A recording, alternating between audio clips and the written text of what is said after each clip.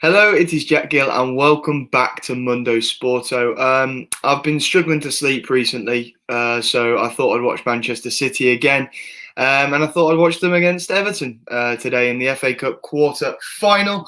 Obviously, there's some big injury problems for Everton in the goalkeeping department, which we'll talk about in a moment. We'll go through the teams in a moment. It's about 15 minutes before kickoff here. But before I do all of that, I just want to remind you of today's sponsors, which is of course OneFootball. This video is sponsored by OneFootball.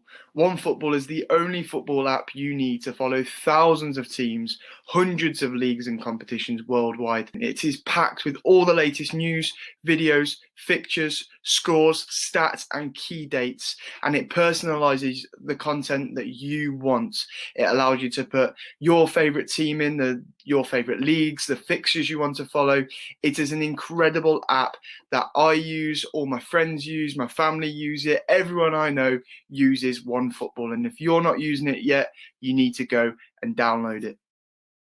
So the big news ahead of kickoff was, of course, the Everton goalkeeper, Jordan Pickford and Robin Olsen, both out injured. So 21-year-old João Virginia, I hope I'm saying that properly. I've never heard of him, to be honest with you. He will make just his third appearance for the Toffees this evening against Manchester City. And what a big task he has at hand. I'm sure he'll have been dreaming of this moment for a long, long time. But it's a very difficult task for him today. There's been a lot of talk during the week about that. Obviously, Pickford got injured a couple of games ago, and then Robin Olsen went off against Burnley injured, so we knew before the game that João Virginia will start. And this is the first meeting between the two sides in the FA Cup since the 1980-1981 season. City and Everton played each other in the quarter-final. Then City won the replay by 3-1. Of course, I have to get it in at the start of this, and I'll get it in as much as possible throughout. Everton still after their first trophy since 1995. City are looking to reach their third consecutive FA Cup final since the early 1930s, which is just a mad stat. Gabriel Jesus has been involved in 13 goals in 14 appearances for Manchester City in the FA Cup. That's 9 goals and 4 assists. But he's never scored he's never scored in the quarterfinals of the FA Cup, and it's the only round of this competition that he's never scored in. I'll let you know, by the way, I've seen a lot of people asking where Craig is. I'll let you know about our schedule this weekend in terms of games. But unfortunately, you got me for this one. And unfortunately, I've drawn the short straw again. I have to watch the Manchester City game. Score predictions then. Let me know what you think in the comments regarding score predictions. I'll read out as many as I can. If you haven't watched a watch along with me before, you know how I do these. That is as much interaction with you lot as possible, and I'll let you know what's going on in the game. It's City, so it's not going to be entertaining, but hopefully this is, and you enjoy the interaction. And as I say, you put your comments in, you put your questions in, and I'll answer and read out as many as I possibly can. We know, of course, Everton were involved in a thriller that I did live on Mundo Sporto in the last round of the FA Cup against Spurs. They edged past them in extra time. I believe it was 5-4 at the end of that game. But they've got the hardest draw, haven't they? Manchester City, as Everton are in the quest, as I say, for their first trophy since 1995. Twice already, lads, and I'm going to get it in many, many more times. Score predictions for today, then. I am saying 3-0 to Manchester City. I think they're going to be too strong for Everton. We've seen in recent weeks Everton have had a couple of poor results there without, their first two choice goalkeepers for this one. They're with a young goalkeeper. I think it's going to be a very, very difficult night for that 21-year-old João Virginia. And yes, without further ado, it is 10 minutes before kickoff. Let me tell you and talk you through the lineups for today's game. So for Everton, in goal is João Virginia, as I say, that 21-year-old, the youngster starting for Everton today. Holgate, Mina, Godfrey, Coleman, Digne, and that is what looks like the back line for Everton, but as we've seen before, it may be that Digne is playing, in left midfield with Godfrey at left back. Then you've got Allen, Gomez, Sigurdsson, Richarlison, and Calvert-Lewin. That is the Everton lineup. The bench for Everton today, they have Iwobi, Davis, Tyra, John, Broadhead, Onyango, Nkunku, Laban, and Keane. So a very inexperienced bench for the Toffees today. And for Manchester City, they've gone with Zach Steffen in goal, Kyle Walker, Laporte, Diaz, Zinchenko, Fernandinho, Silva, Gundogan, Foden, Sterling, Jesus. Of course, that is Bernardo Silva. And then Man City's bench is Edison, Stones, Cancelo, Aguero, Ferran Torres, Rodri, De Bruyne, Mahrez, and Mendy. So that bench is just absolutely ridiculous. And the City side isn't too bad either. I do expect them to breeze past Everton today, but let's see what you lot are thinking it'll be. So Yuvraj says Man City 2-1, Phil Foden and Sterling, and for Everton, Calvert-Lewin. I can't see Everton scoring, but we'll soon see, I suppose. Let's see anyone else. Kate 2.0 is looking forward to this one. She's looking forward to waving the Toffees off from the top of the table. Hopefully get some space between us today. I hope you know this is the cup, Kate. It's not the league today. They've put that to one side. It's the FA Cup quarter final, this one between City and Everton. Captain Sal says Bitters are going down tonight. Samira says City 5-2. I hope so. I hope there's goals in this one. I'm not too optimistic about it, to be honest. Bayern fan says Everton 1, City 3. Yep, people asking about Craig. Craig will be doing the show on Anfield Agenda after this, I believe. And as I say, our schedule for this weekend is he'll be doing Leicester Manchester United tomorrow. So long as that doesn't go to extra time, I will be live straight after that for Aston Villa versus Spurs in the league. So that is our schedule for today and tomorrow. Of course, I am doing this one. A lot of people saying hi. Hi to everyone who is in this chat. Remember to share this as much as you can.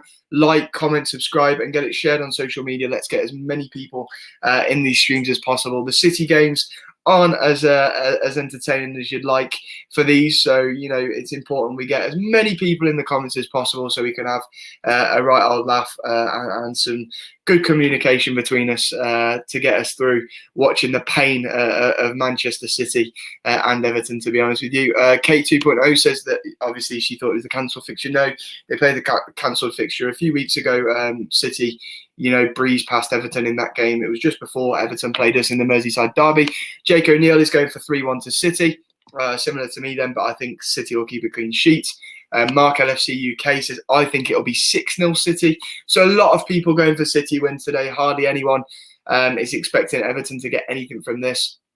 Everton, of course, looking to end that long run without a trophy, but they have a real difficult task in doing that this evening. They are playing, obviously, Manchester City, who are a side who are still in with a chance of doing the quadruple this season.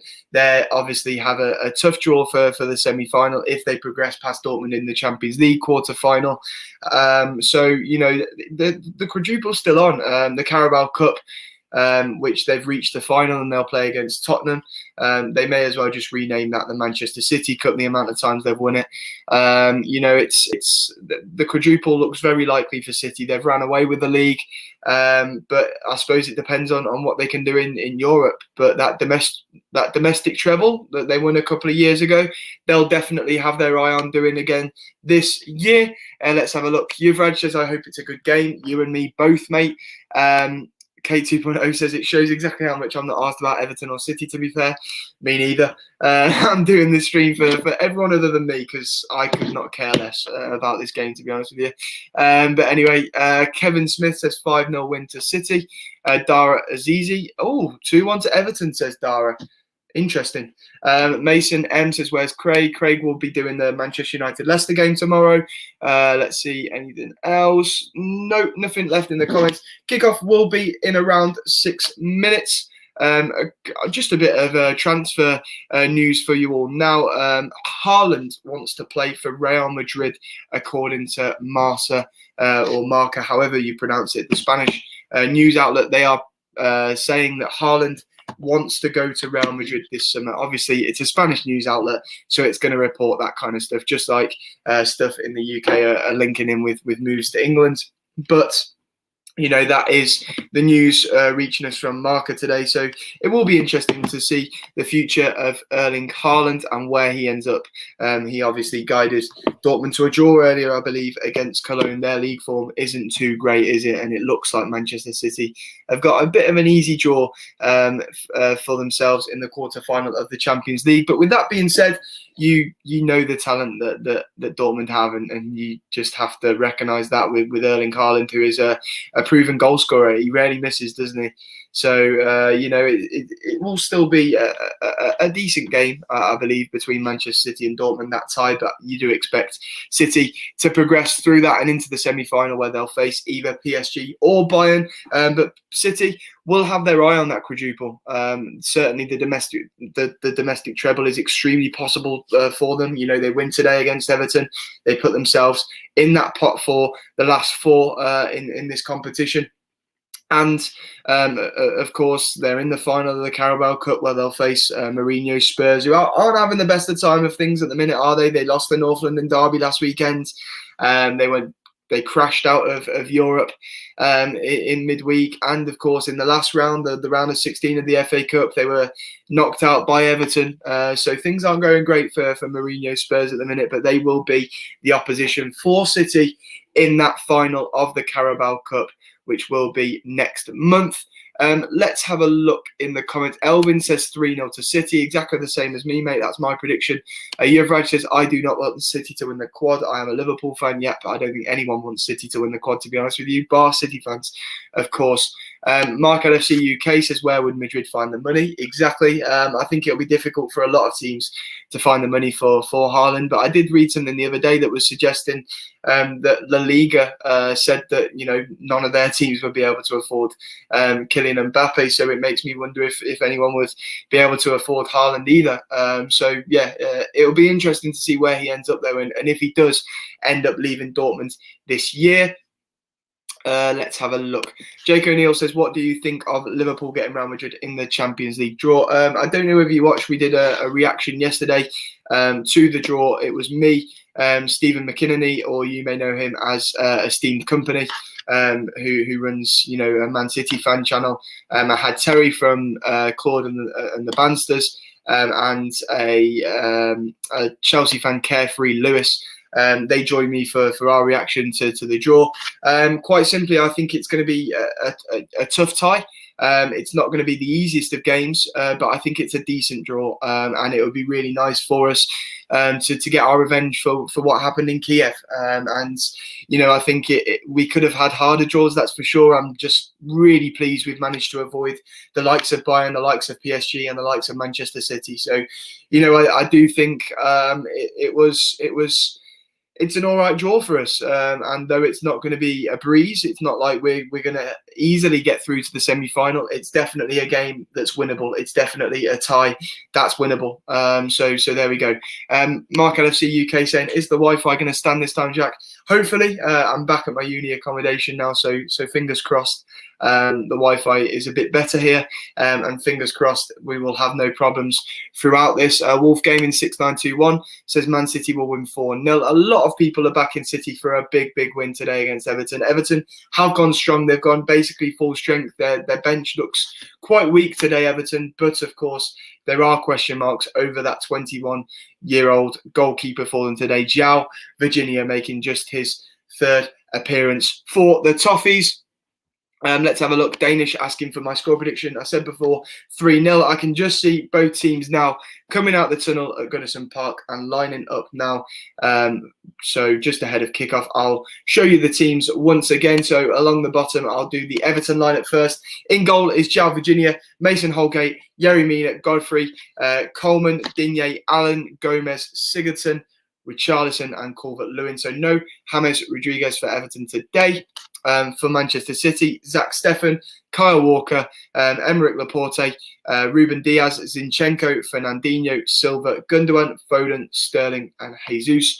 The benches today for both sides: Everton, Iwobi, Davis, Tyra, John, Broadhead, Onyango, Nkunku, Laban and Keane. So as I say, a really weak bench for Everton today. And for Manchester City, Ederson, Stones, Cancelo, Aguero, Torres, Rodri, De Bruyne, Mendy. Wow. Some bench. That's all I'm going to say on that one. Remember, as I say, just ahead of kickoff, please share this, subscribe, like, comment, get this on top of people's YouTube recommended, and share it on social media. Get people to come and join us and watch this one. As I say, these streams are made better by you lots who are watching and who are commenting and giving me questions for me to answer. It's Everton versus City. I ain't expecting the best game, but let's hope for an entertaining stream here, and I can only do that with you guys. So share it as much as you can, and let's see what happens in this game between Everton and Manchester City. An FA Cup quarter-final, Everton seeking their first trophy since 1995, and City are in the quest for the quadruple. And if they can't get the quadruple, they're certainly looking for another domestic treble. As I say, the cameras pan to João Virginia. There's a lot of eyes on him today, and you expect that, don't you? It's going to be a very, very tough task for Everton's third choice keeper today, for the youngster João Virginia, and it'll be interesting to see how he gets on. I think it's an interesting one because there's questions over Pickford. He makes quite a few errors, doesn't he, that lead to goals. You've got Robin Olsen as well, who I think was poor in the last round against Spurs and against United in the league too. So it's going to be interesting to see how this youngster João Virginia performs today. Kickoff will be very soon. Hopefully I can remember to do the clock, and I don't forget that today. But here we go. I can see now the players are ready. It won't be long before we are underway here. And Carlo Ancelotti, the Everton manager, as I say, looking to guide the Toffees for their first trophy since 1995. You saw, that meme of him sipping his cappuccino as they got the winner against Spurs in the last round to go through by 5-4. But we are underway here at Goodison Park. Everton versus Manchester City. Everton, an injury-hit side, really, but they've gone full strength with what they can go with for today. They're going to have a difficult task here against Manchester City, a side seeking the quadruple, who have made a few changes, but we know how strong that City squad is, and their bench looks very strong. So if they can't do it with the side they've got on the pitch this afternoon, they have an abundance of talented names on that very strong bench for them today. Everton conceded a free kick there for a handball by Dominic Calvert-Lewin, and we'll see City on the ball now, and they'll probably look to dominate possession. They're passing the ball along the back for now. It's Ruben Diaz to Kyle Walker, and Fernandinho now, who has the armband for Manchester City this afternoon. Let's have a look at the comments. Kate 2.0 says the clock is spot on. Woo. Yes, I've been working on it and I got it spot on today. So there you go. Remember, I use the BT Sport app here, so I am about 30 seconds behind, but hopefully it doesn't cause you too many problems and you're just watching this stream with me. But if it is, try not to spam score updates in the comments, because I am slightly behind. Let's have a look. Eliza John saying, I hope both teams lose. Absolutely, me too. Thierry Tsai, big up Jack. Thank you, mate. Welcome to the chat. Dara Azizi asking where people are from in the chat. He's from Arizona. Well, I'm coming to you from Manchester, mate. That's where I am at uni. So yeah, that's where I come to you from. Eliza's from Ireland. Let's have a look. Any other comments here? Eliza John saying, how much of an allocation was City given? Yeah, an empty stadium still, hopefully. For the final of the FA Cup, we will see fans at Wembley. Hopefully it's the same for all the finals at the end of the year. Fingers crossed that is the reality come April, with things looking good on the vaccination front. But City dominating possession here. Fernandinho has just been brought down about 35 yards out by Alan. Michael Oliver is the referee for today's game. VAR will be in action, of course, because it is at a Premier League ground. But there's no question about that tackle. It was certainly a foul by Alan, the summer signing for Everton from last summer, from Napoli, of course. Let's have a look. Any more comments just prior to City taking this free kick? The ball, well, that was a poor free kick, really. But it was blocked by Yerry Mina, and it's out for a corner. So Manchester City will get the corner. Well, Foden, it was quite a way out, but Foden decided to hit it. Clearly, City want to put this young goalkeeper under pressure early doors. Foden trying to make a nuisance of City there, hitting it from deep. But City will have a corner from the right-hand side. Bernardo Silva and Ilkay Gundogan over to take it, and it is taken short as a 1-2 is played between Bernardo Silva and Gundogan, and Bernardo Silva whips the ball into the area. Someone pointing out here that the sides that us as Liverpool fans don't have a liking to are the ones that are likely to win this. You know, Manchester United, Chelsea, City, all deep in this competition. Everton too, though, as I say and have said many times, I expect them to go out today against a side that is undoubtedly the favourites for this competition, Manchester City. They lost their FA Cup trophy last year, of course, to Arsenal, but they'll want it back as Bernardo Silva cuts in from the right-hand side. He finds the young Phil Foden, who hits it, but it's blocked by Seamus Coleman. There's Calvert-Lewin, who's brought down, and it will be a free kick to Everton. So 4 minutes gone here. Manchester City showing Everton early warning signs, but they haven't had a great opportunity in these early stages. Let's have a look. Eliza John saying, do I get much stick in Manchester being a Liverpool fan? Not really, because as I say, I'm not from Manchester. I'm just here at uni, so there's quite a lot of different clubs that are supported by many of my uni mates here. So no, I don't really get too much stick. I do live with a City fan though, so that's fun. But yeah, it'll be interesting and nice. Well, actually, it won't be interesting or nice if Everton knock them out today. I'd actually prefer City to go through because they're a bit irrelevant, really, aren't they?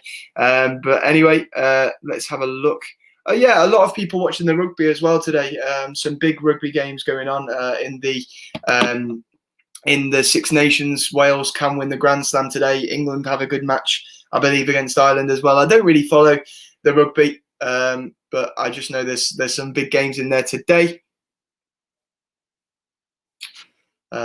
Let's have a look. So Everton have the ball now in the City area. It's Yerry Mina who fires a header towards goal, but the City backup goalkeeper Zach Steffen can claim with ease. Here is Kyle Walker on the right-hand side. Walker now progresses past the halfway line and finds Bernardo Silva. Here's Phil Foden on the right-hand side. He cuts in past Luca Digne and puts a lovely ball over to that left-hand side where Zinchenko is. It's Ilkay Gundogan now, who has been impressive for Manchester City this season. Raheem Sterling. Comment here from St. Troy, who says, hopefully we go far in the FA Cup this season, as Sterling cuts in past Coleman and pulls it back towards Zinchenko, but Andre Gomez does well there and puts it out for a Manchester City throw. So City causing problems here for Everton early on. But yeah, the FA Cup is a competition that, you know, has history, doesn't it? It's a competition that a lot of the older generations seem to really admire, but it's been one that over the years hasn't been taken too seriously by Jurgen Klopp, and it's a mixture of that and us not getting the nicest of draws. Obviously, we were knocked out by Man United this year. We know Klopp likes to rotate in this competition, and some sides like Manchester United and Man City just have better all-round squads than us. But yeah, fingers crossed that we can go far in it in years to come. You know, it's a competition that we haven't won for a while now, and it will be nice to get our name on that trophy again. Just as Michael Oliver interferes with play, deciding to get a touch on the ball, and therefore the ball will be dropped for Everton here with that new rule, obviously, that was introduced in the summer.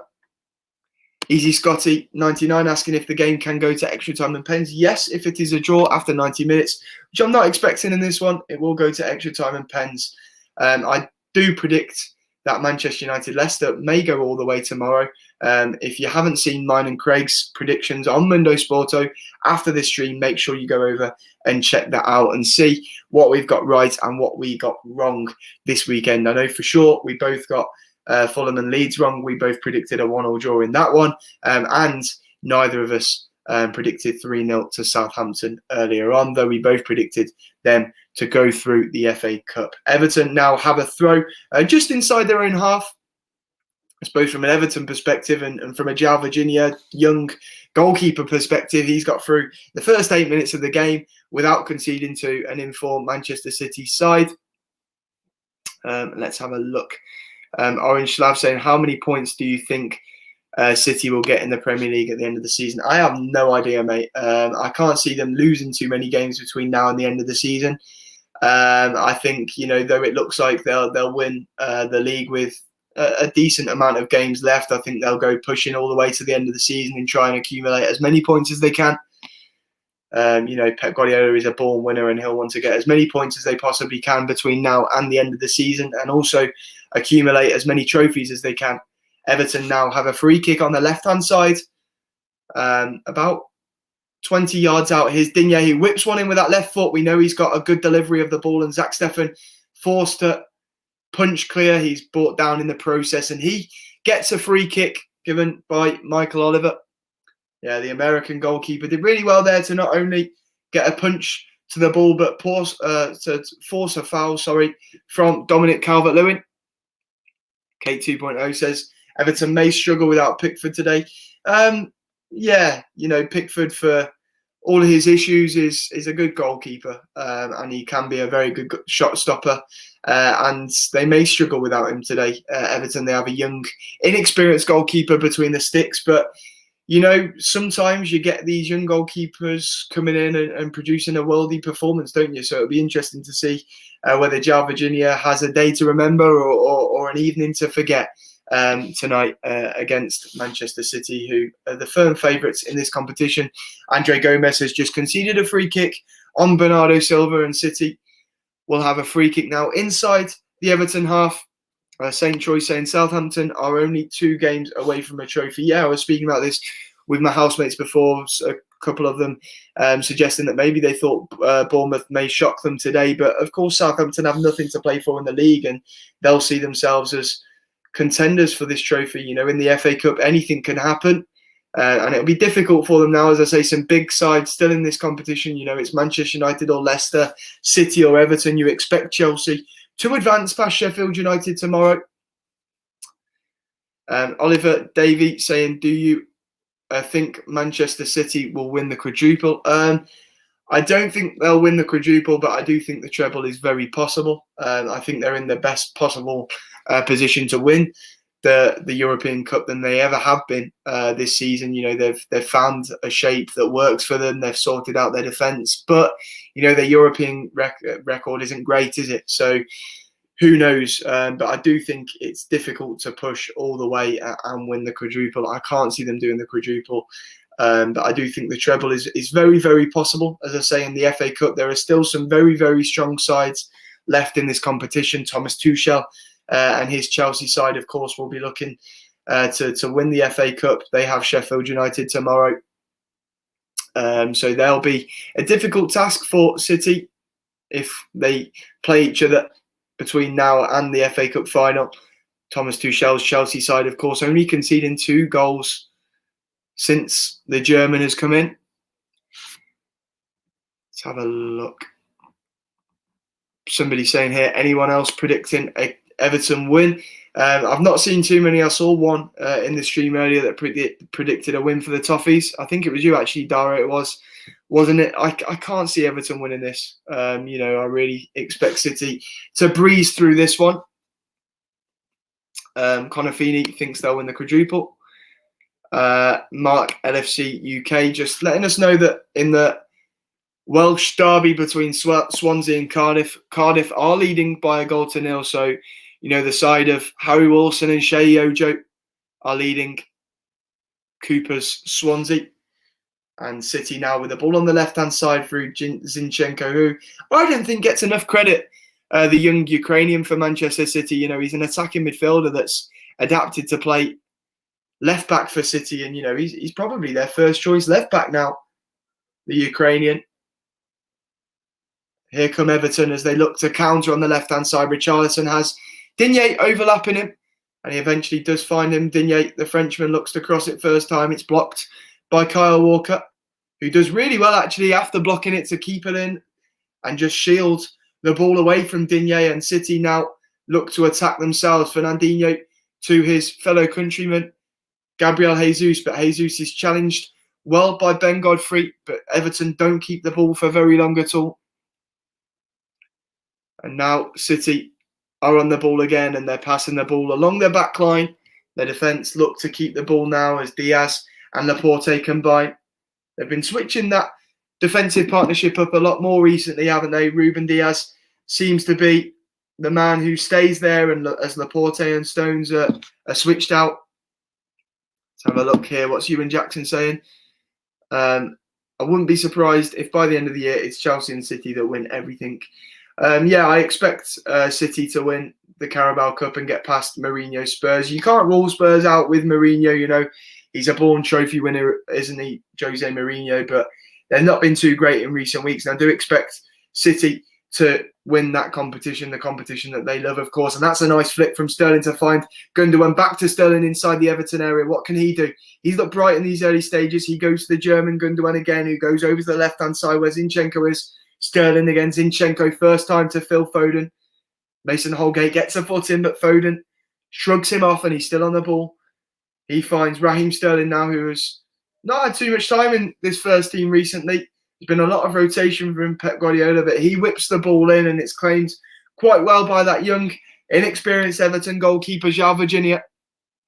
But yeah, to go back to what I was saying about City, I expect them to win the Carabao Cup. They, of course, have walked away with the league despite losing to Manchester United a couple of weeks ago. They've got a decent advantage at the top of the Premier League table, don't they? I expect them to definitely do the double, and then it depends on what they can do in the Champions League. They, of course, if they progress past Dortmund, they have a tough semi-final against either Bayern or Paris Saint-Germain.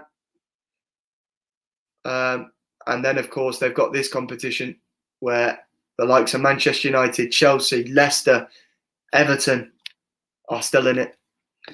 Let's have a look. Andrew Robertson saying, who is this Virginia guy? He's a young 21-year-old goalkeeper for them.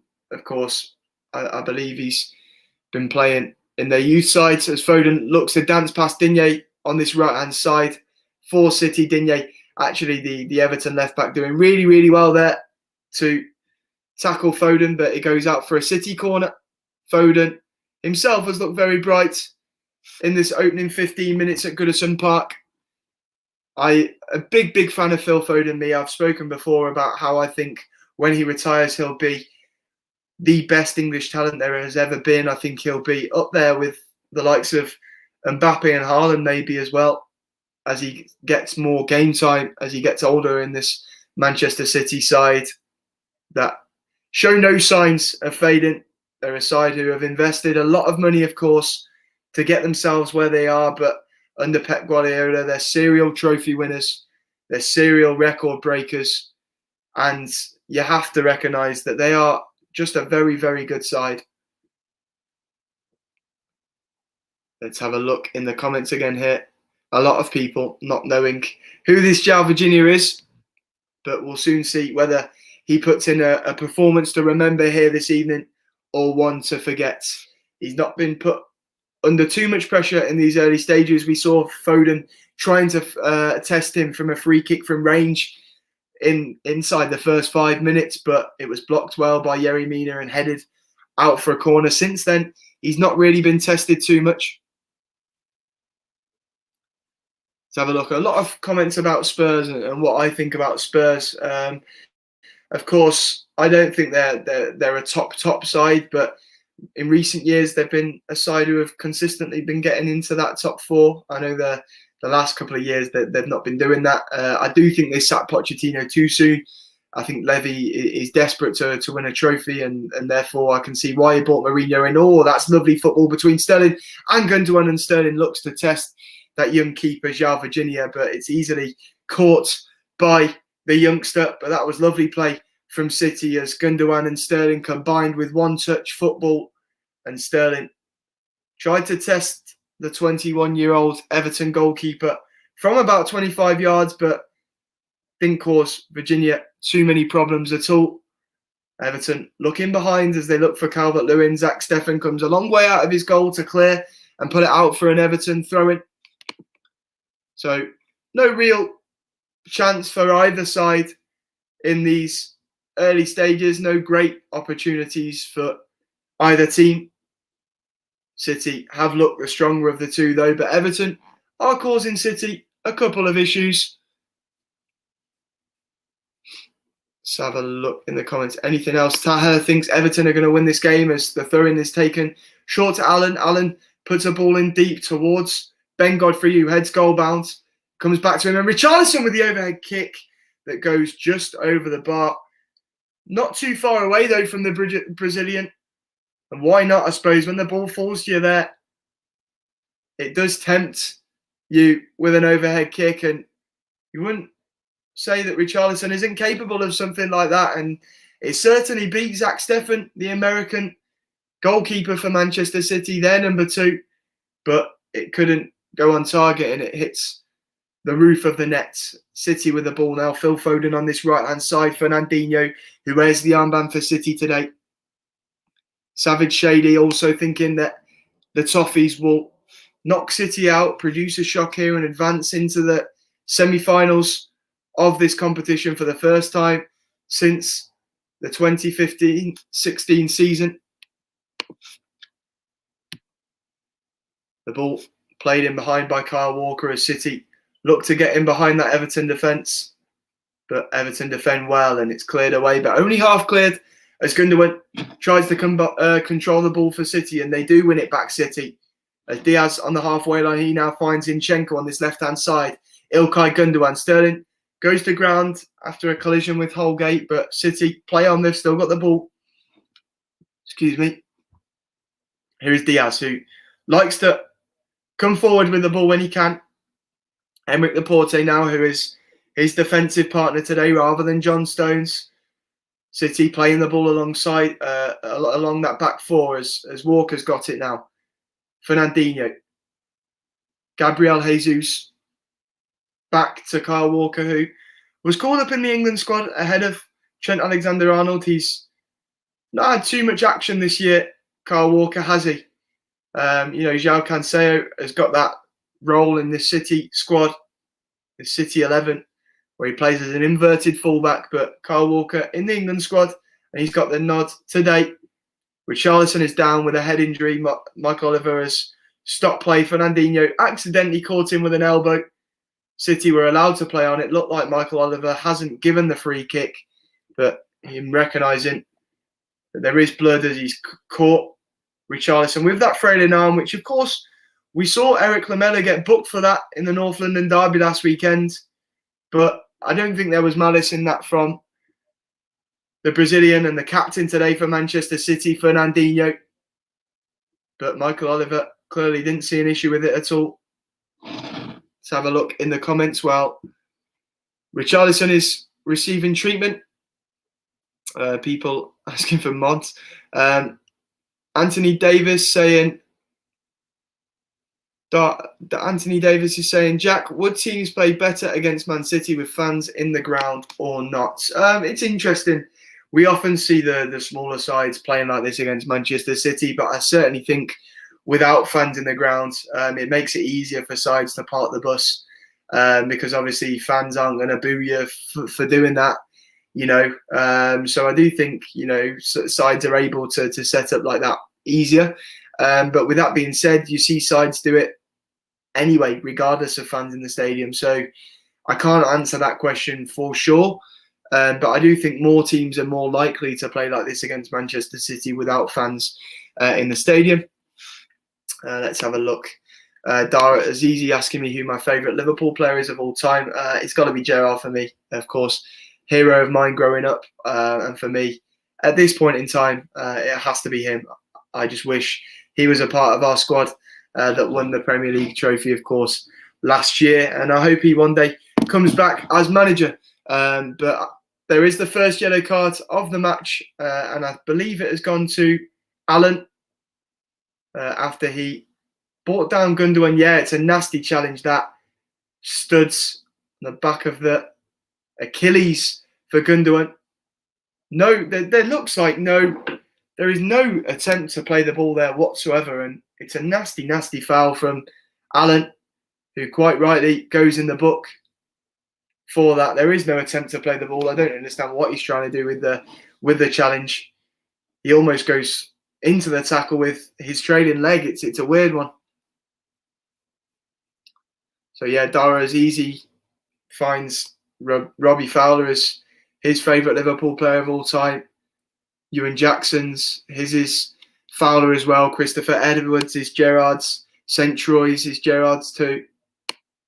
Christopher Edwards saying Everton are a dirty team. People just don't see it. St. Troy saying he scored the best goal this competition has seen. Yeah, that goal in the final, of course, against West Ham. As he basically won us that trophy that day, didn't he, with an incredible performance in the final of that FA Cup against West Ham. When we looked dead and buried, it looked like the trophy was going West Ham's way. But Everton lose possession as Kyle Walker gives it away here to Gylfi Sigurdsson, who has been good in recent weeks for the Toffees. The ball is played in behind now to Andre Gomes on this left-hand side, who first time puts a cross into the area. Laporte controls it on his chest. Richarlison's there, looking to win it for Everton. Here's Digne now, Andre Gomes. Now it is Yerry Mina.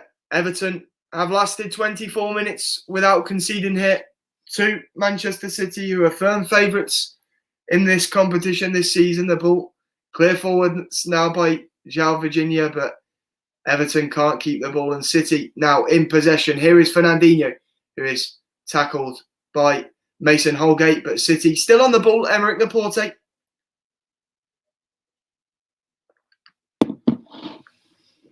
Here is Zach Steffen, who goes over to the left-hand side where Emerick Laporte is. Remember to keep your comments coming in. Remember, if you're not already subscribed to Mundo Sporto, we do loads of these watch-alongs. We'll be back tomorrow. Craig is doing Manchester United versus Leicester, and then following him, I'll be live for Villa versus Spurs in the Premier League. And, of course, remember to share this stream on social media. They're made better by your comments and your questions that I can answer as Everton look to counter City. This is how they will constantly attack the citizens this evening.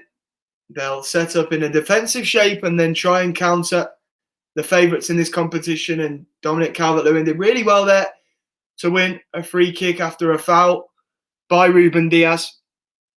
And Everton are dangerous on the counter.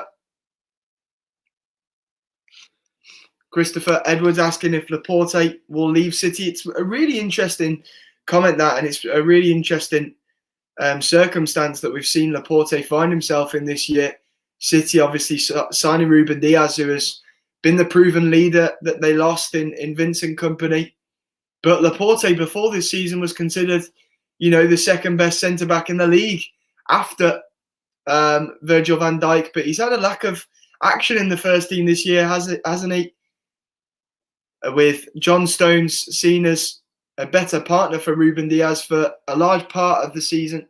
Laporte, as we know, has had his injury issues over the years.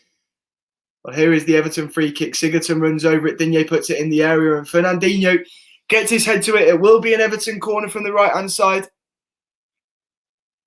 Just on that comment about Liverpool's best player for over the years, or everyone's favourite player for Liverpool over the years, Eliza John loved Keegan, a superstar back when she was a kid, and Stevie Highway as well was the real deal.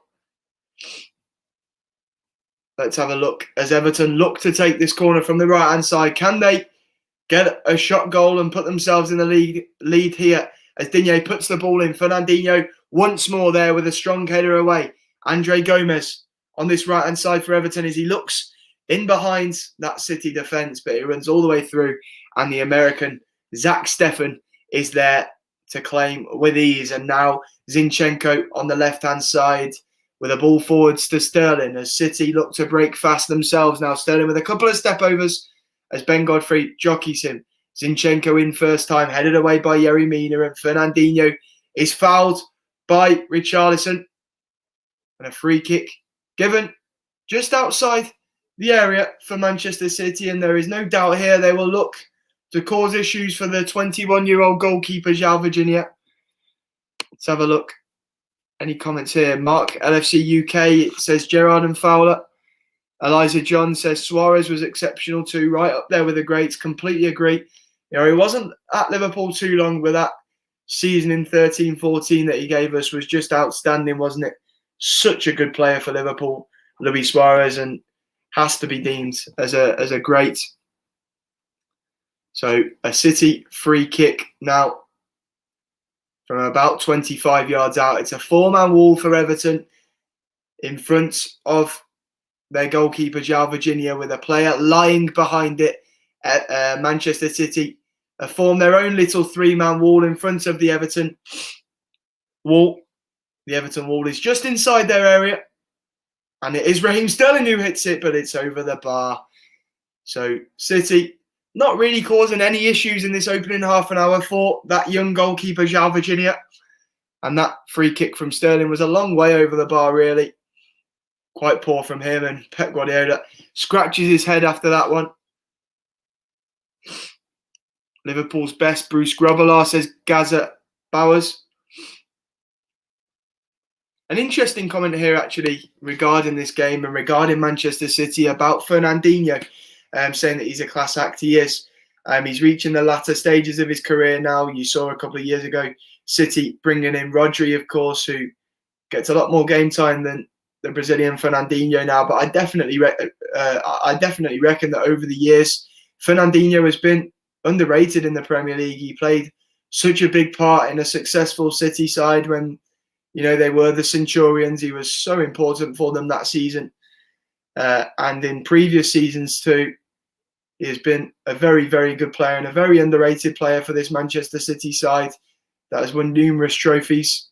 Emerick Laporte there, penalised for conceding a free kick on Richarlison just inside the Everton half. You can see from my screen that the City bench weren't too happy with that decision from Michael Oliver, but to me, it did look like a foul.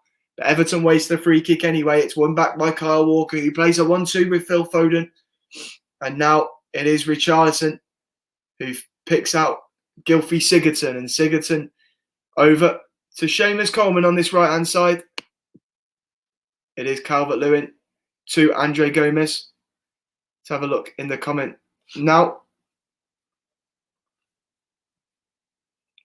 St. Troy saying that Owen could have been a Liverpool great if he didn't have all the injuries and the loyalties of a politician.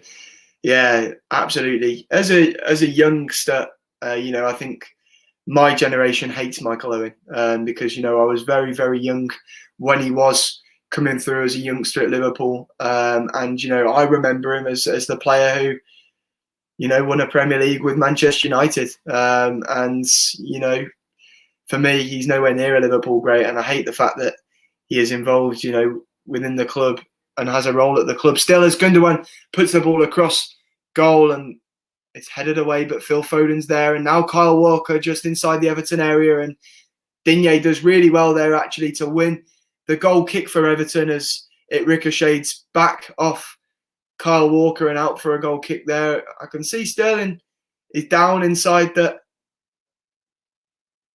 penalty area holding his face. I'm just watching it back now, the replay, to see what happened there to Raheem Sterling. I think he may have been caught with a frailing arm, perhaps. Oh, yeah, he just runs into the shoulder of Gylfi Sigurdsson there. Nothing in that whatsoever, in my opinion. Let's have a look. Anything here? A lot of people talking about Liverpool and our Champions League draw. I think it's going to be a very, very close game between us and Real Madrid, but fingers crossed we can progress through that. City, of course, I expect them to get past Borussia Dortmund, but it's going to be a very, very tough semi-final for them. And I think a lot of people are expecting whoever gets through that semi-final to go on and win the Champions League. Here is Richarlison, who strikes from 25 yards out with his left foot, but he doesn't quite get the contact on there that he would have liked and drags the ball a long way wide. So Everton aren't out of this game. They're looking all right in this opening half an hour. As I can see, Michael Oliver and Fernandinho just messing with the referee's comms system. Right now, it looks to come out of the bandage that is strapped to the referee, who is deemed as the best in England, and he's definitely my favourite. There's not too many great referees in England, but Michael Oliver is certainly the best of a bad bunch. I'm sure one of my housemates, Liam, will disagree with that, though, as a Doncaster fan. A lot of people still talking about that tie in the Champions League between Liverpool and Real Madrid. And Benzema, of course, is the danger man that we'll have to be wary of with our weakened defence. Nat Phillips and Kabak are going to have to be on the top of the game in that one. But Benzema, of course, getting a brace for Real Madrid today in a win for the Spanish Giants, as Richarlison gives the ball away in his own half, but it comes back off Gundogan, and Yerry Mina can get it under control. He goes back to the young goalkeeper, João Virginia, who hasn't had too much to do in this opening 35 minutes. I'm sure he'd have been cacking himself going into this game, the 21-year-old, but it's a great opportunity for him, but a great opportunity there for Everton, as Zach Steffen came a long way out of his area to try and slide Calvert-Lewin as the ball was played in behind the City defence, but he didn't quite get the tackle right, did he? And in the end, it is cleared behind for a corner by Aymeric Laporte. He just about did enough, Zach Steffen, there. Elijah John is very worried about our defence ahead of that game against Real. Me too. I think that's what may let us down in the Champions League. And yeah, the fitness of Henderson is key too. Well, here is an Everton corner on the right-hand side. Everton showing that they're not going to lie down in this game against a City side that have made a few changes for this one, as Digne puts the ball in from the right-hand side. It's met by the header of Fernandinho once again, and then pumped clear by Gundogan. And here is João Virginia with interesting distribution. Very interesting. And there's Andre Gomez, who can't get it under control. And City look to break. Everton win it back, but not for long. It's Gabriel Jesus on this left-hand side for City. But Seamus Coleman, the agent, Everton right back, does so well there to win the ball back for Everton. And now it's Dominic Calvert-Lewin, who will be a key man for the Toffees today in front of goal. If they're going to get anything from this game, they're going to have to be resilient defensively and hope that Dominic Calvert-Lewin and Richarlison are on fire in front of goal today. But it's not been the greatest of first halves here. Not been the most entertaining one between Everton and Manchester City. It remains goalless after 35 minutes, 10 minutes left. Neither side have had a great chance. City will be disappointed that they've not put the young Everton goalkeeper to the test. But they have a free kick now from range on the left-hand side after Yerry Mina pulled the Brazilian Gabriel Jesus to ground. What's being said in the comment here? Any questions from anyone here? Just a lot of conversation about the Real Madrid game. Let's have a look. David Newell says, we've got this. Real Madrid will get a spanking. I hope so, mate. Fingers crossed. We certainly got the better of the possible sides in the semi-final draw, didn't we? And as I said, immediately after that draw, I did the draw live on Anfield Agenda. I said it stinks of 2005, doesn't it? Ronaldo and Messi out in the round of 16. A possible Liverpool-Chelsea semi-final. The final in Istanbul. I'd love history to repeat itself. And just see Sterling just off the pitch there. The momentum carried him off and he doesn't look in the best shape. He's holding his thigh. Appears to be limping. I wonder if he will be able to continue. Joshua Pilling says, how far will Southampton go? It's an interesting one. I don't know. I can't remember whether the semi-final draw was done at the same time as the quarter-final draw. And I don't know, therefore, who Southampton will play in the next round should they get through. So if anyone knows that, whether the semi-final draw has already done, please let me know in the comments. But, I hope Southampton win this competition. I like the underdogs. So it'd be nice to see them, who, of course, have Takumi Minamino on loan, Danny Ings, formerly of Liverpool, of course, and a manager that I am a big, big fan of, Ralph Hasenhüttl. I hope they go far, Southampton. They've been a bit shaky in the league of late, but they progressed through to the semi-final today, of course, beating Bournemouth by 3-0. Eliza John here saying that she thinks City will struggle to make the final. Of course, in these competitions, it completely depends on the draw, and that's why I'm intrigued what the draw is for the semi-final, if it has already been made or not. I will have a look at half-time. Remember to get your comments in now ahead of half-time. Get your questions in. We've got a lot to talk about that's happened in the footballing world recently. Not too much to talk about in regards to this game, though. It has been a bit of a snooze fest here, this opening 40 minutes. But yeah, it completely depends on the draw, but there are still some good sides left in this competition. United and Leicester, of course, play each other tomorrow. Chelsea, who look resurgent under Thomas Tuchel, I wouldn't put it past them winning this competition, to be honest with you. And it's now City with a corner on the left-hand side.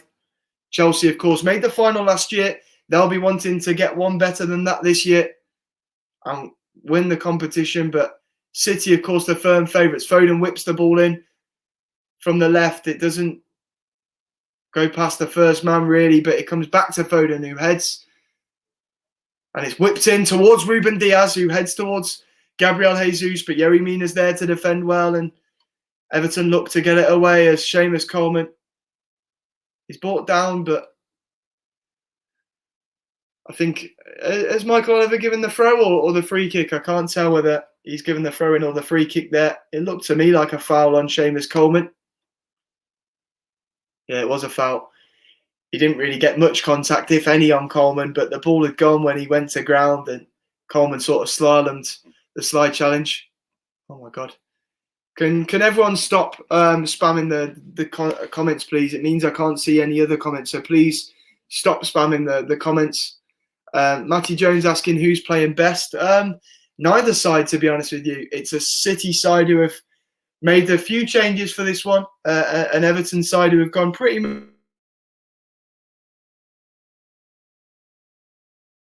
full strength. And Everton have had half chances of their own. City haven't put the young goalkeeper to the test either. It hasn't been the greatest of 40 minutes here. No real chance for either side, I'd say.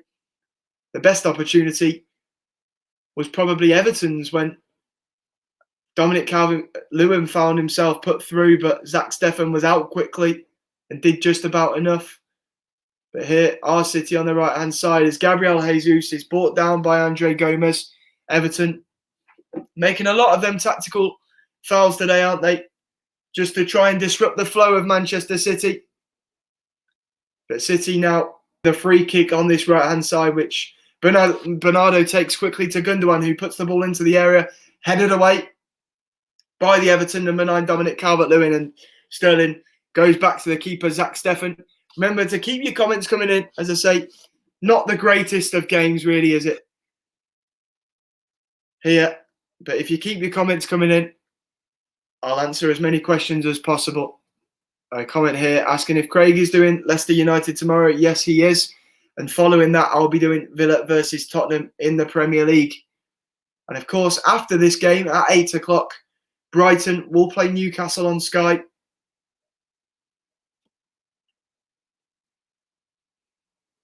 Let's have a look. Any other?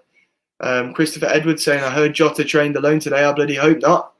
But it wouldn't surprise me if he did. He's not long come back from his injury, of course, has he? And, you know, Liverpool not playing now until the 3rd of April. That game against Arsenal has been moved. So maybe we're just making sure that there are no injury concerns around the corner for Diogo Jota. But yeah, I've had that Man City bench banner along the bottom of my screen for the whole of this first half. Just in shock and awe of that Man City defence bench, to be honest with you. It is an incredibly strong bench, and if it does stay like this, City will have an abundance of options to turn to on that bench as Everton now attack. Richarlison about 25 yards out, dummied, hitting it, but then found Sigurdsson, who puts a strong pass to Dominic Calvert-Lewin, who finds Richarlison now, who enters the Everton area and looks to get across. Underway, it's blocked by Gundogan and then Zinchenko, and Everton have a corner. I've been impressed with Everton, to be honest, in this first half. They look like a side that aren't going to lie down to Manchester City. Manchester City, as I say, have made quite a few changes in this one. And Everton looking to try and cause them a few issues. They have a corner now on the right-hand side in what has been a tame, dull first half. But can this tie be brought into life by a goal here for the Toffees? As Digne lines up a corner from the right-hand side. Luca Digne will take it. The Everton left-back whips the ball in.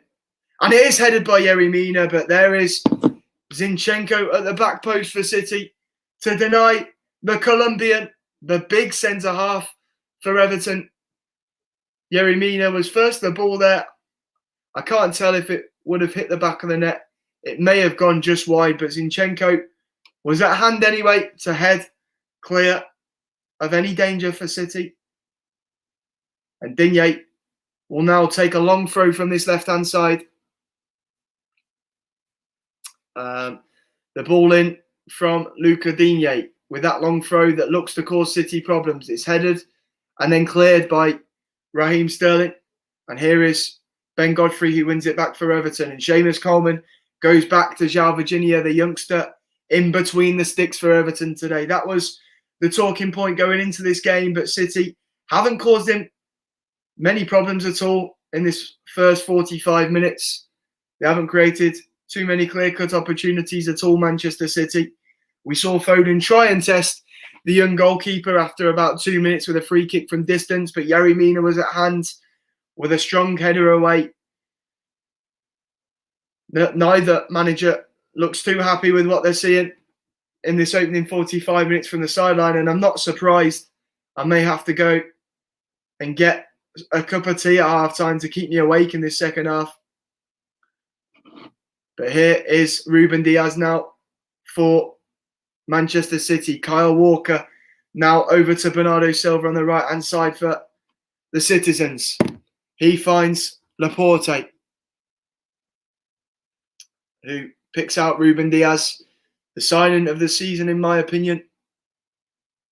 The youngster, Ruben Diaz, people forget, his age as well.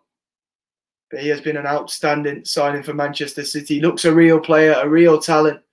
Just so young as well. And he has transformed that City defence that was very shaky last year. But here is Fernandinho. 1 minute of added time was added on. We have played 30 seconds. Can City have a chance before the break? Bernardo Silva finds Foden. Kyle Walker now. Foden here who strikes it, and it does take a deflection off Ben Godfrey, and it goes behind for a corner. It will be the last chance of this first half for Manchester City. Remember, if this game stays a draw today, we will have extra time and maybe even penalties as well. But here, City have a corner from the right-hand side. Gundogan will take the corner for Man City. Can they get a goal before the break? The favourites for this competition. The informed Gundogan whips one in, but can't even beat the first man. And there is the half-time whistle. A tame, lacklustre, dull affair between Everton and City in this first 45 minutes. City made a lot of changes. Everton went mainly very, very strong. They've got a couple of injury problems, but is a full-strength side, really, from what Carlo Ancelotti had to choose from. João Virginia, the 21-year-old, between the sticks for Everton today, just making only his third appearance for the Toffees.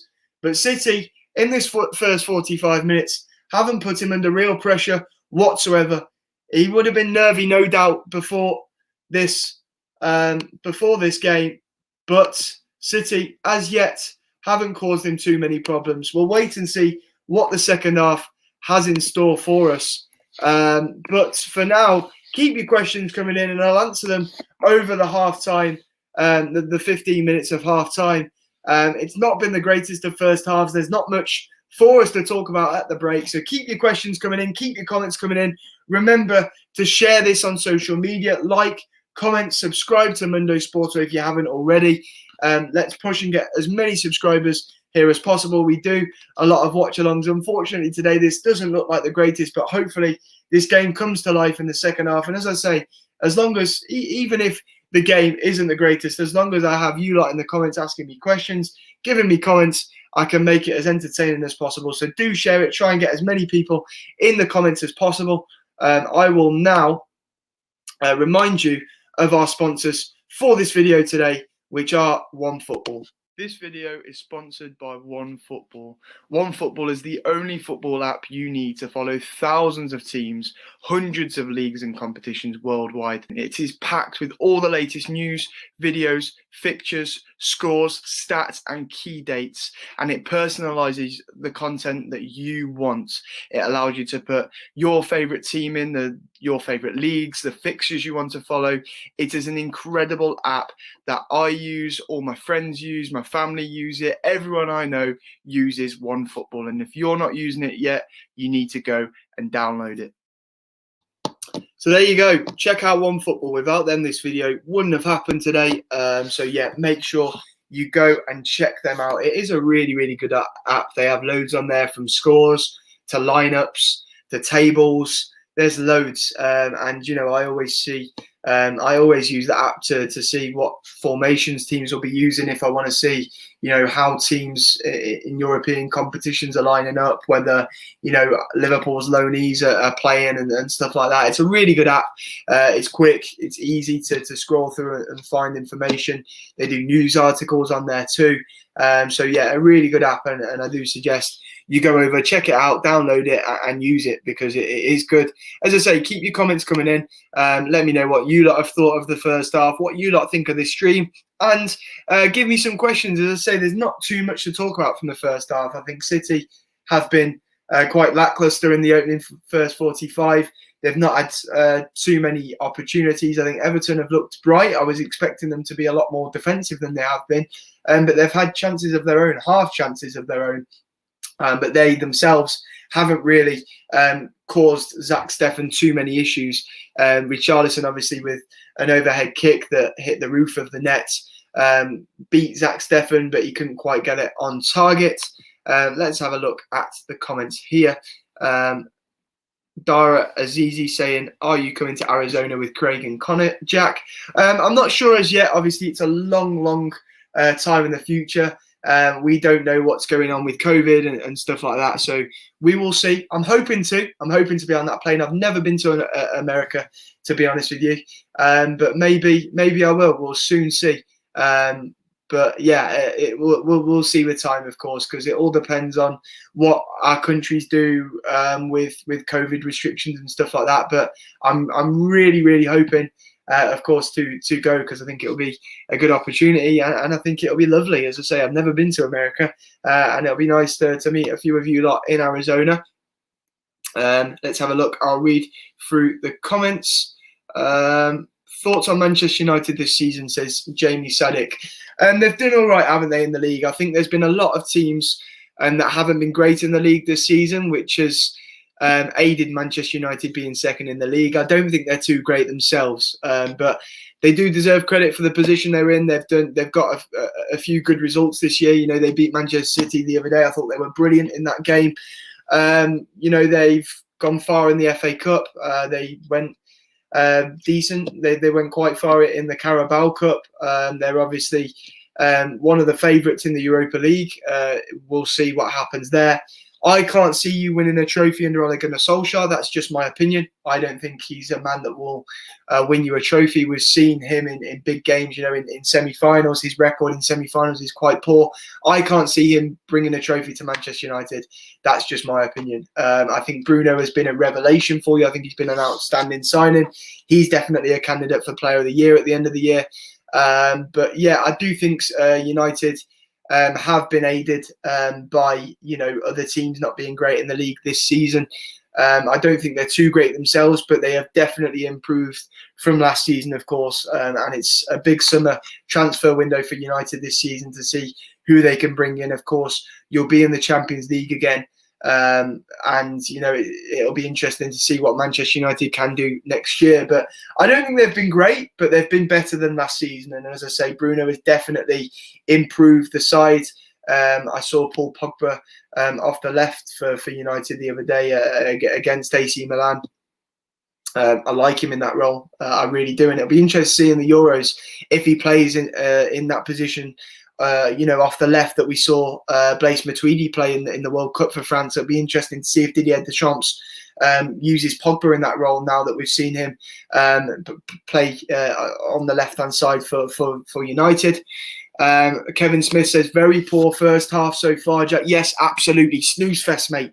I'm struggling to keep my eyes open. If it weren't for the comments from you lot, I wouldn't have too much to talk about because it has been a very, very poor first half, hasn't it? I do think, in my opinion, Everton have probably had the better chances. There was that Yerry Mina header at the near post, which was headed away by Zinchenko. You had the overhead kick from Richarlison too. I'm disappointed in City. I really am. They've put João Virginia under very little pressure. He's a young goalkeeper.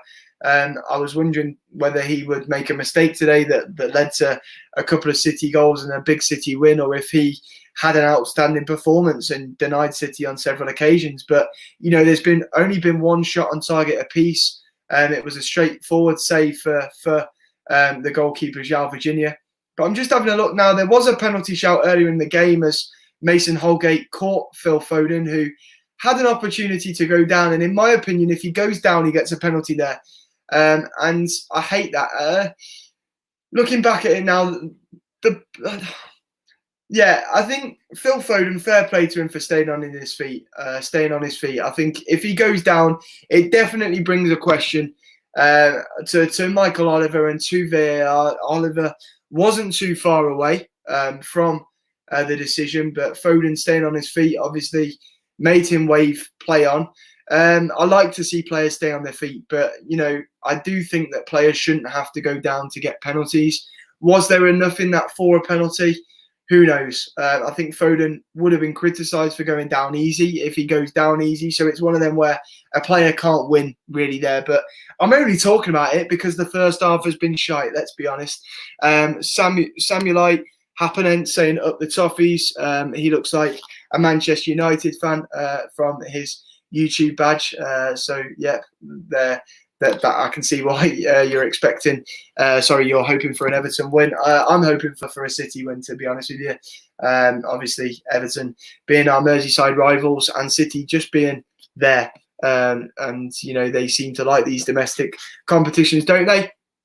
Christopher Edwards saying City will most likely bring on KDB. Yes, I've had this banner down below for the entire first half, and it'll be there for the entire half time and probably second half too, because what a strong bench for Manchester City. We know they made quite a few changes for this game, but they have the likes of Mahrez, De Bruyne, Aguero, Cancelo, Ferran Torres, Rodri, even Mendy on their bench today.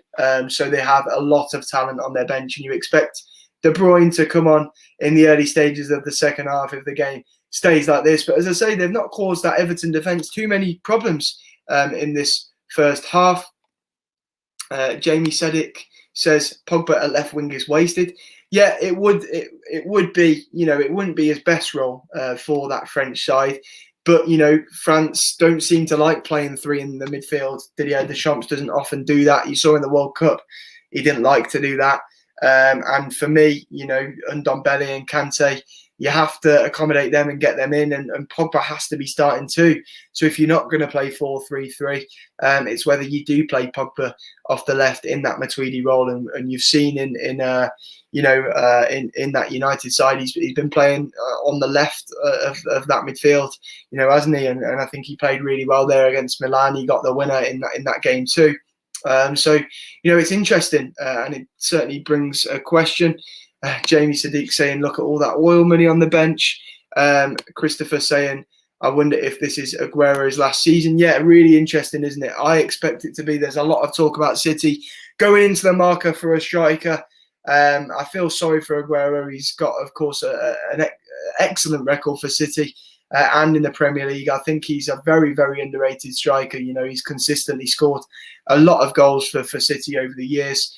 He's had a lot of injury problems of late, and it does look like he's running that contract down. I've seen a lot in recent weeks when he came off the bench against Mönchengladbach. I saw a lot suggesting that maybe when he came off the pitch, he wasn't happy that players weren't passing to him anymore, and he's not happy with his game time and stuff like that. But he could be a key player for City in this competition, and it remains to be seen whether he'll come off the bench and find a winner for City in the second half. Remember that this game can go to extra time and penalties. I hope for Lord Almighty above that it doesn't. After that first half, it has been a bit of a snooze fest, but hopefully it will be a better second 45 minutes as City bring on De Bruyne and Mahrez, perhaps Aguero too. Joshua Play says, do you think Liverpool will get top four? I say this a lot. I think it's unlikely, but it's possible. That's for sure. Liam Emery thinks Haaland and Sancho to City. I can't see both. If both do go to City, I'm giving up on football. What does it say here? Jamie Sadiq says Pogba has to play left wing just so McTominay and Fred can play the pivot. Ollie is a suspect with his favourites. Yeah, and I know Didier Deschamps is the same. He likes that system and he doesn't like changing it much, does he? We saw that in the World Cup. He even played Blaise Matuidi at left wing, so it wouldn't surprise me at all.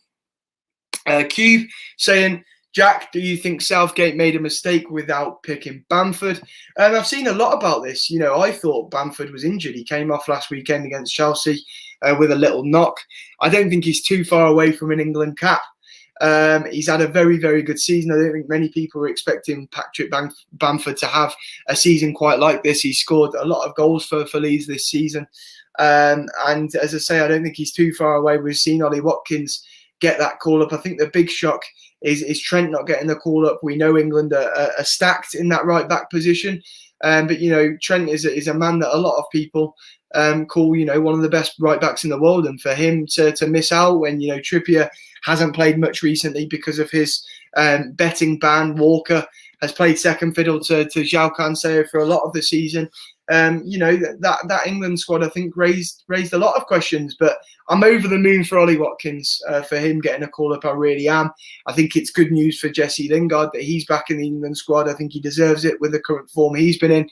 And it's, another interesting one as well. And this is what Jamie's just asked here about, Aaron Wan-Bissaka. What's going on there? I've seen things. Apparently he may not play for England in the future. He may put his allegiance elsewhere, and he's I think, isn't he part Congo as well? Maybe he'll play for Congo now. I do think he's unlucky to not be called up in the squad, especially with Trent being dropped. I do think it's unlucky for Aaron Wan-Bissaka. We've seen Southgate trial that back three and play that back three a lot for England as well, haven't we? And it surprises me that Aaron Wan-Bissaka hasn't been tried on the right of that back three. He's a very defensive right back, isn't he? And I do wonder what he'll be like at right centre back. I do think it's an interesting conversation to be had. But let me know what you think about Wan-Bissaka. Cube says Bamford is better than Watkins. It's an interesting one. I don't rate Patrick Bamford that much. He scores a lot of goals, but he has a lot of chances. I do think he has improved, and he has benefited from Marcelo Bielsa and his coaching. But I rate Ollie Watkins more than him personally, my opinion. Let's have a look. Anything else here in the comments? A lot of people saying there's no chance that Haaland and Sancho can go to City with FFP knocking on their door yet. I do think, Haaland will be a player that City will look to bring in. We know Manchester United were linked with Jadon Sancho earlier, in the summer. Will they go for him again this summer? He hasn't had the greatest of seasons for Dortmund. They look like they may finish outside the Champions League places, actually, Dortmund this year too. It will be some bloody fire sale if they do. Let's have a look. Any more comments? I can see the players going back out for the second half now. Guardiola going back to his bench. It won't be long before we're underway for the second half. Kate 2.0 saying, does it go straight to pens? It doesn't, Kate. We will have extra time before it. So please, can we have a goal before extra time? Because to be quite honest with you, I can't be asked to watch another half an hour of this shit show. That's just me being honest. But here we go. City will kick us off for the second half soon, as Gabriel Jesus will get the first touch of the second half. But we're just waiting for Michael Oliver to blow his whistle here, and we hope the second half is better than the first. It was a poor first half between Everton and Manchester City. I was certainly more impressed with the Toffees than I was with the Citizens. But there was no great opportunity for either side, really, in that first 45. And I don't think it'll be long before we'll see some of them big guns on the bench for Manchester City that you can see below. De Bruyne, I expect, will be the first player introduced from the bench for City this afternoon. But City have kept the ball since starting the second half. To have a look what's Cube saying here in the comments. He says, as a Leeds local, on Patrick Bamford again. Obviously, he watches Leeds a lot. In the Championship, Bamford was terrible, but in the Prem, he's improved a lot. Yes, he has had a better season, and he has answered his critics. He has a lot of opportunities, and he has scored more goals than people expected. But, you know, his conversion rate isn't too great. As I say, I do think it won't be long before we get to call-up. But I do personally rate Watkins more than Bamford. That's just my opinion. But as I say, I do think Bamford deserves credit where credit's due. I think he has had a very good season. As Foden whips the ball in from the right-hand side, Yerry Mina heads behind a City corner, and they've started the second half brightly. Comments about Sancho now. St. Troy says he won't want a City return. Obviously, he's got previous there. He came through the academy at Manchester City, wanted to go elsewhere to get first-team football, which is why, of course, he went to Borussia Dortmund. St. Troy thinks Sancho will go to United. Cube says United need a DM before Sancho. I think United should go for Ndidi, but there's João Virginia, who comes out for a punch but misses the ball completely and ends up wiping out his player. A shaky moment there for the 21-year-old between the sticks for Everton today. City get a free kick now on the left-hand side of the area. Andre Gomez penalised. Jamie Sadiq says, I beg City don't win the treble. Kevin Smythe says, the first half was shite. It absolutely was, wasn't it? It really, really was terrible, the first half. And fingers crossed, the second half is better. City have started brighter than they were in the entire first half. And they have a free kick now in a dangerous position. It will be Ilkay Gundogan from this left-hand side.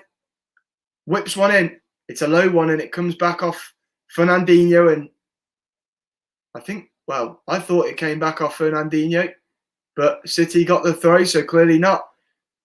Gundogan now. Kyle Walker, Zinchenko. Gundogan.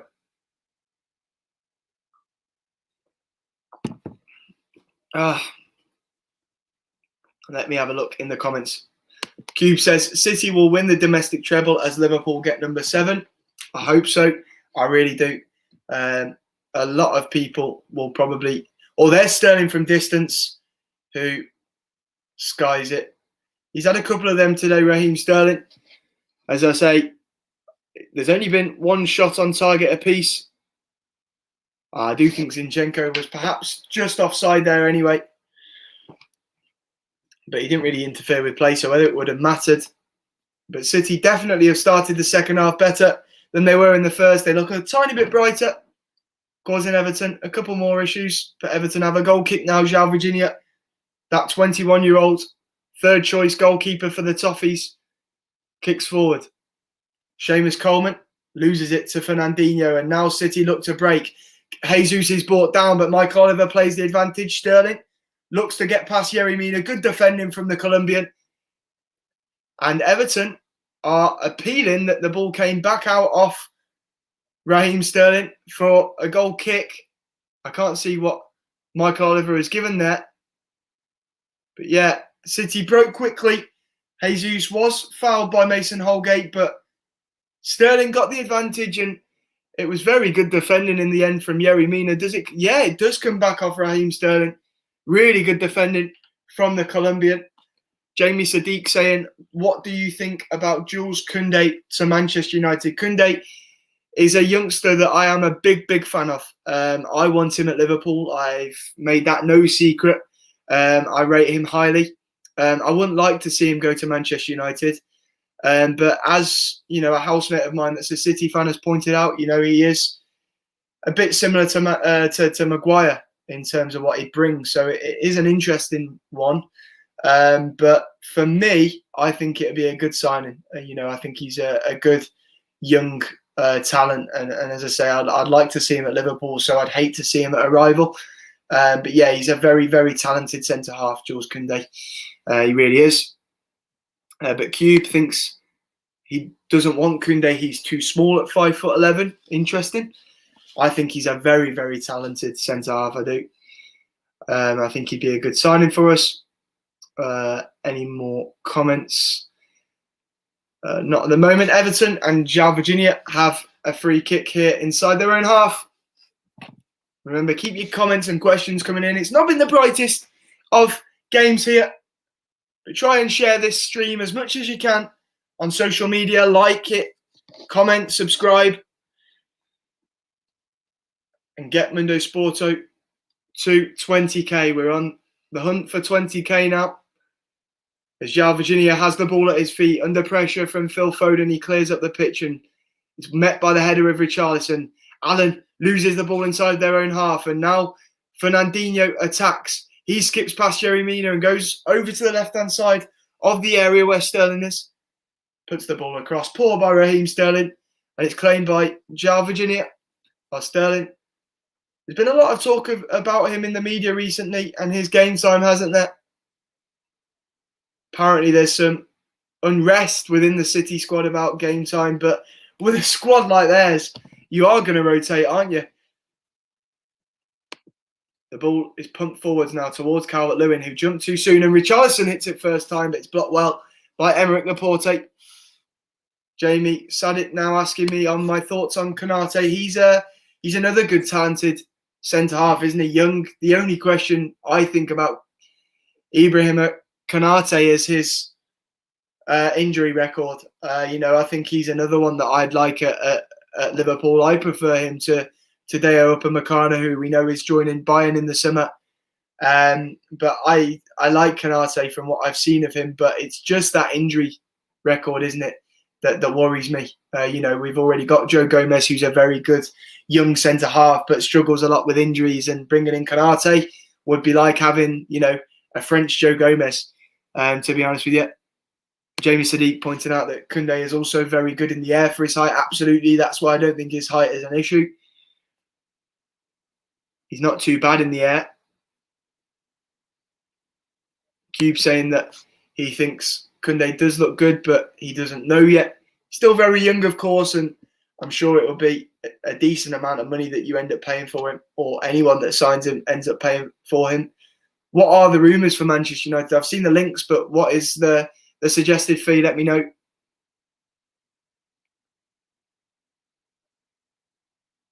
Here is Fernandinho. Heads back to Aymeric Laporte. Let's have a look.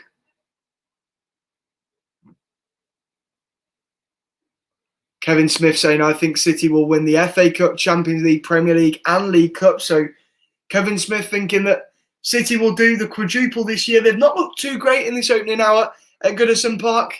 It's been a very dull affair between the Toffees and the Citizens. And the score is still level at 0-0. It is a very barren affair between the two sides. But City have looked better in the second half than they did in the first.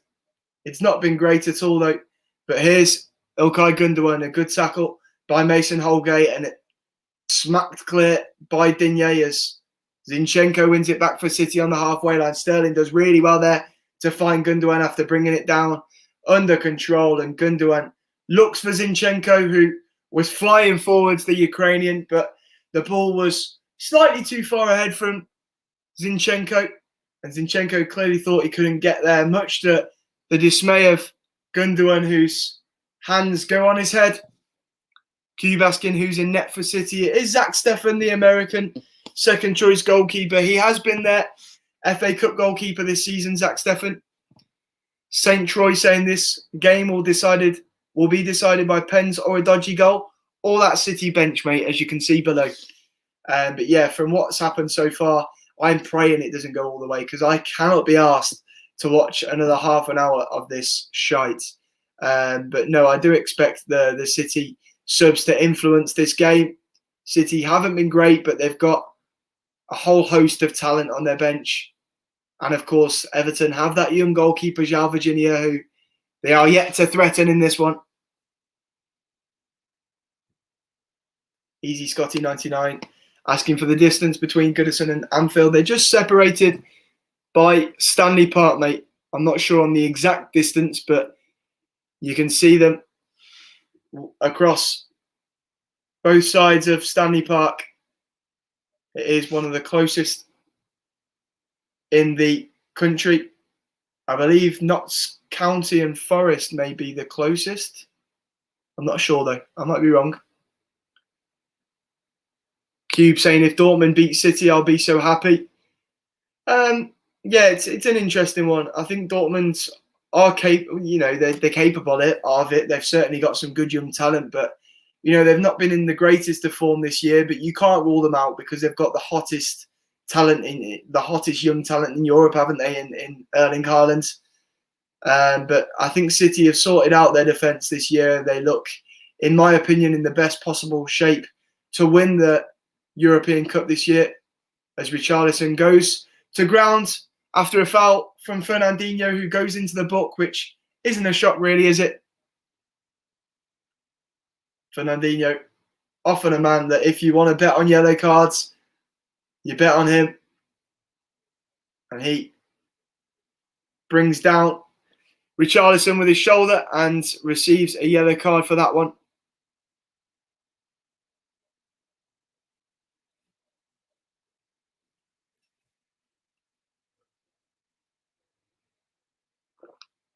I'm intrigued whether I got that Notts one right. So I'm going to have a look.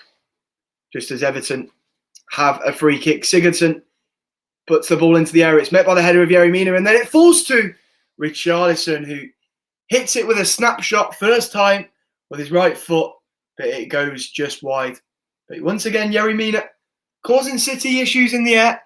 He's the man who won the header in the first half that caused issues for City. Zinchenko had to head clear the goal-bound attempt from Yerry Mina. And there, he wins it first in the air, the tall Colombian. And here comes City. Fernandinho, who just entered Michael Oliver's book not long ago. And he pulls it across. Raheem Sterling. Oh, what a save by the youngster, João Virginia. That is undoubtedly the best chance of the game so far. And João Virginia, the youngster, the third choice goalkeeper for Everton, does so well to get down to his left and parry that out for a corner. But yeah, as Anthony Davis said there, I did think they were separated by the River Trent, and I do believe that it is the closest two grounds in the country. I believe Liverpool and Everton are next, as I say, just separated by Stanley Park. And you can see it from one end of the park to another. But let me have a look, just to double check, just to fact check myself there. Closest stadiums. I know as well in Scotland you have the Dundee United and Dundee ones that are really close to. Closest stadiums to each other. Let's see what it is. But it's a goal kick now for Everton, and João Virginia brought forwards, and Zinchenko heads away. So let's have a look in the UK. But yeah, I'm really impressed with that save from João Virginia. You know, there was a lot of questions about him ahead of today. I said, didn't I? I wasn't impressed with City. They've not put him under too much pressure. They've not forced him to do much. But there, City worked it really well. It was really good play from Fernandinho, and he gets the ball across really well. And Sterling, with a good effort, right in towards that bottom corner, but really good reflexes from João Virginia to get down to his left and parry it out for a corner. But yeah, it is. Dundee and Dundee United is the closest in the UK with 0.2 0.2 miles between the two. How close is that? Bloody hell. Then it's, in England, it's Notts County and Nottingham Forest with 0.7 miles between the two, and then it is Everton, Liverpool. So I was right. And then after that is Chelsea, Fulham with 1.9 miles. So yeah, interesting fact for you there, if any of you were actually asked. The ball put in behind Ruben Diaz does really well, and it's cleared off. Luca Digne and out for a City throw. Really well defended from Ruben Diaz, who has been an excellent signing for City, an excellent addition for the league leaders and the citizens in the summer. Certainly for me, the best signing across Europe this season. Wonderful human being with a great character. Cheers, mate. You sound like a great human being. He says Man City bench sounds stronger than Everton's first 11. It certainly is, and that's why it's been on the screen for this entire game. It is a very, very strong bench. They made a few changes for this one. It was still a strong side for City, but they do have an abundance of talent on their bench, and Everton don't. It's as simple as that. Their bench looks weak for this one. As City attack on that right-hand side and look dangerous, it's pulled back, but City can't build a strong enough attack there to cause Everton too many problems, and they go back to their American number 2, Zach Steffen. Let's have a look. Jamie Sadiq saying, winning the league or winning the Champions League, which one would you choose? I think this is a really, really good question. Over the years, as a Liverpool fan, I've just been desperate for us to win the Premier League. I think it's special to, have a 38-game season, to play 19 teams, and to, home and away, and to win it over the season, I think shows some really good things. And I think, it certainly shows the merit and that you're a top side, because over the 38 games, you've proven the best side in the league. But there's just something special about winning a knockout competition, isn't there?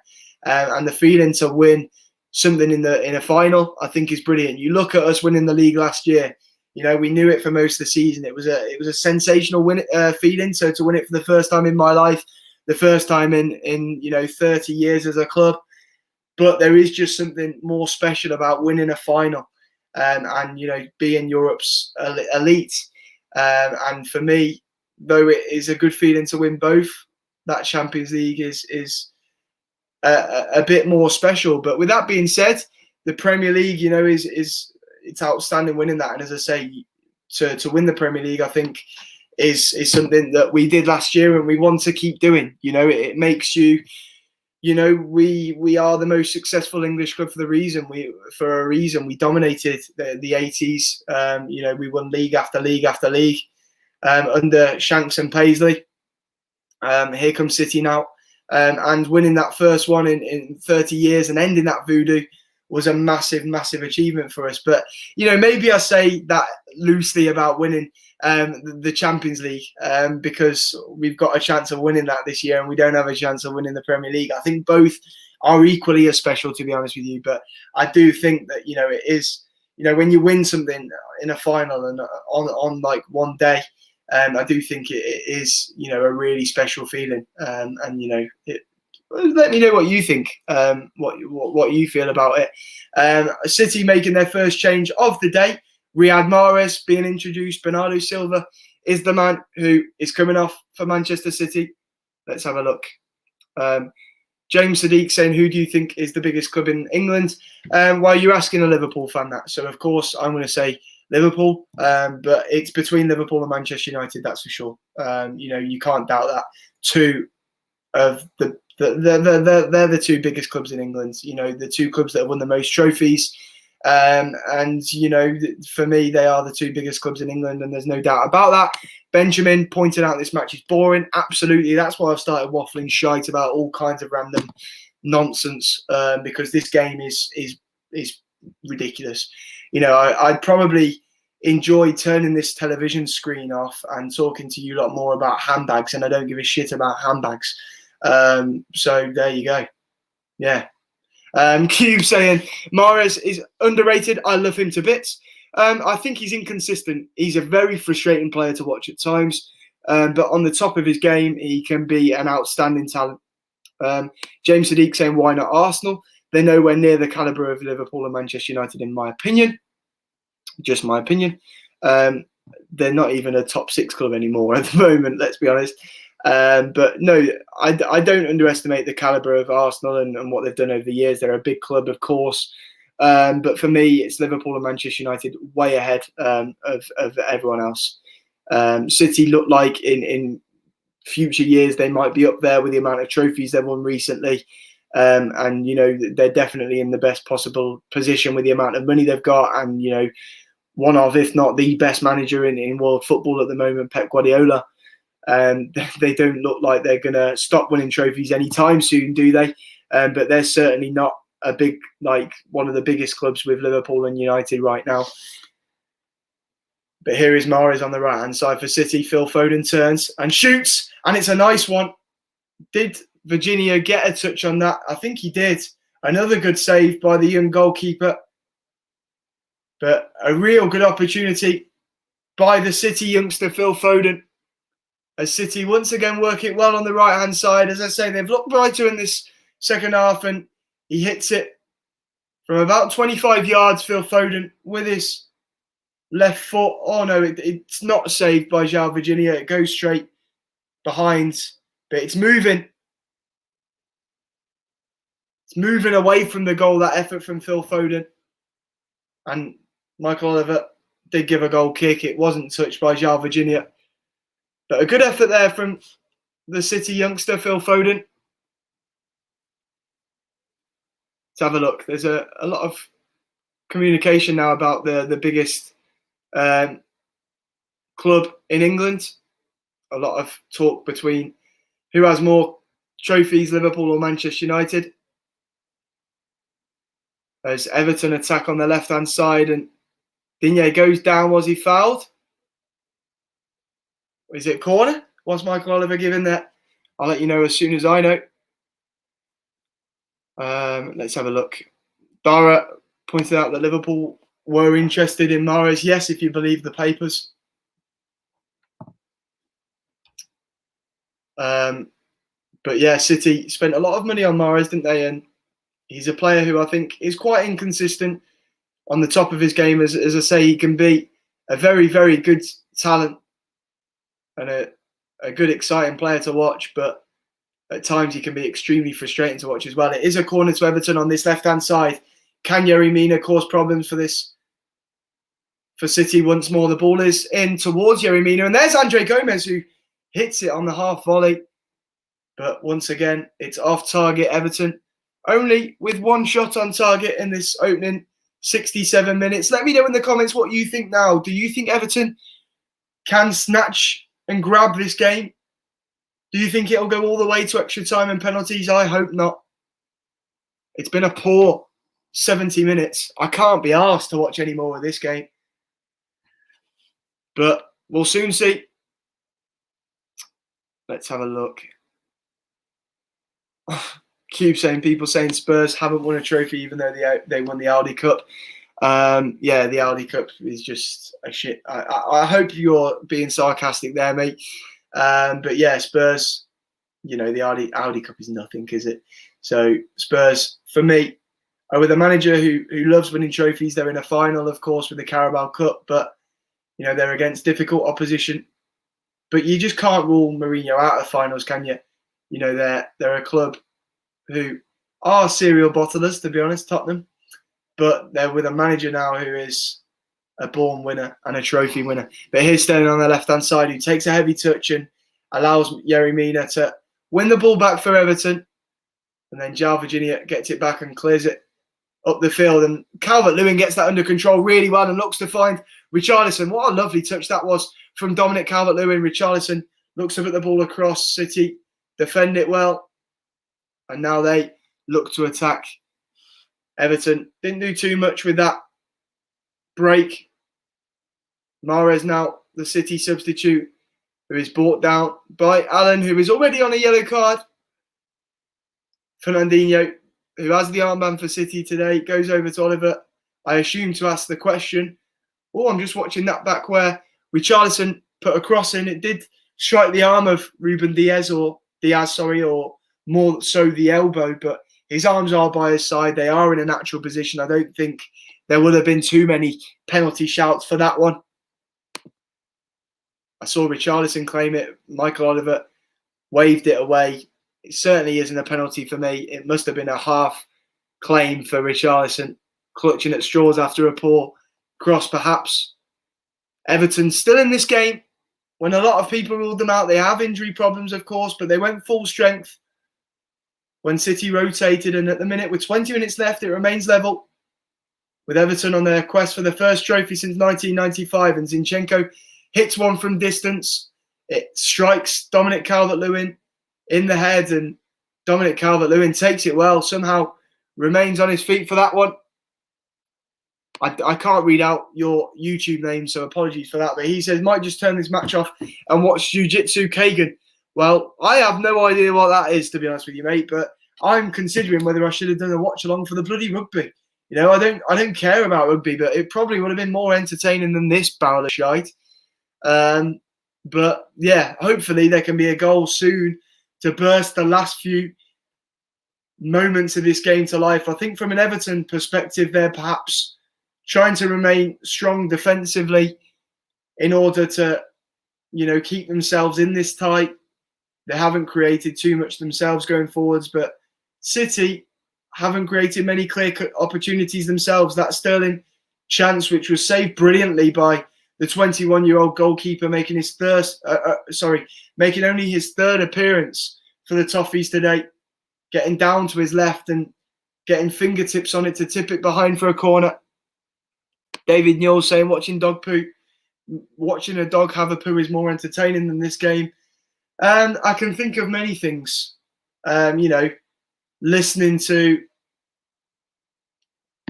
and Jal Virginia goes forwards. So keep your comments coming in. Q pointing out watching paint dry is more entertaining. As I say, being moaned at constantly by the missus is more entertaining than this. Here is Fernandinho now. Mark LFC UK saying, reading a book is more interesting than this game. I tell you what, let me know in the comments what you'd rather do than watch this game. It can be anything. I'll read out the funniest ones, but I've said there. I'm trying to think anything else.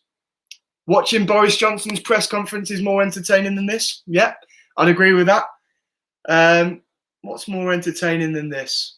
Probably, I would say there's not much that's not more entertaining than this, to be honest with you. I'd rather twiddle my thumbs all day. But here is Gabriel Jesus, who turns well, but he's stopped in his tracks. And this is a big difference from the last tie that Everton had in this competition, that's for sure, where they were 6-4 winners against Tottenham. And Calvert-Lewin looks to counter-attack. What a challenge from Ruben Diaz to prevent the counter. And Michael Oliver has pulled it back and booked Andre Gomez for an earlier challenge. St. Troy saying that these similes are quite funny.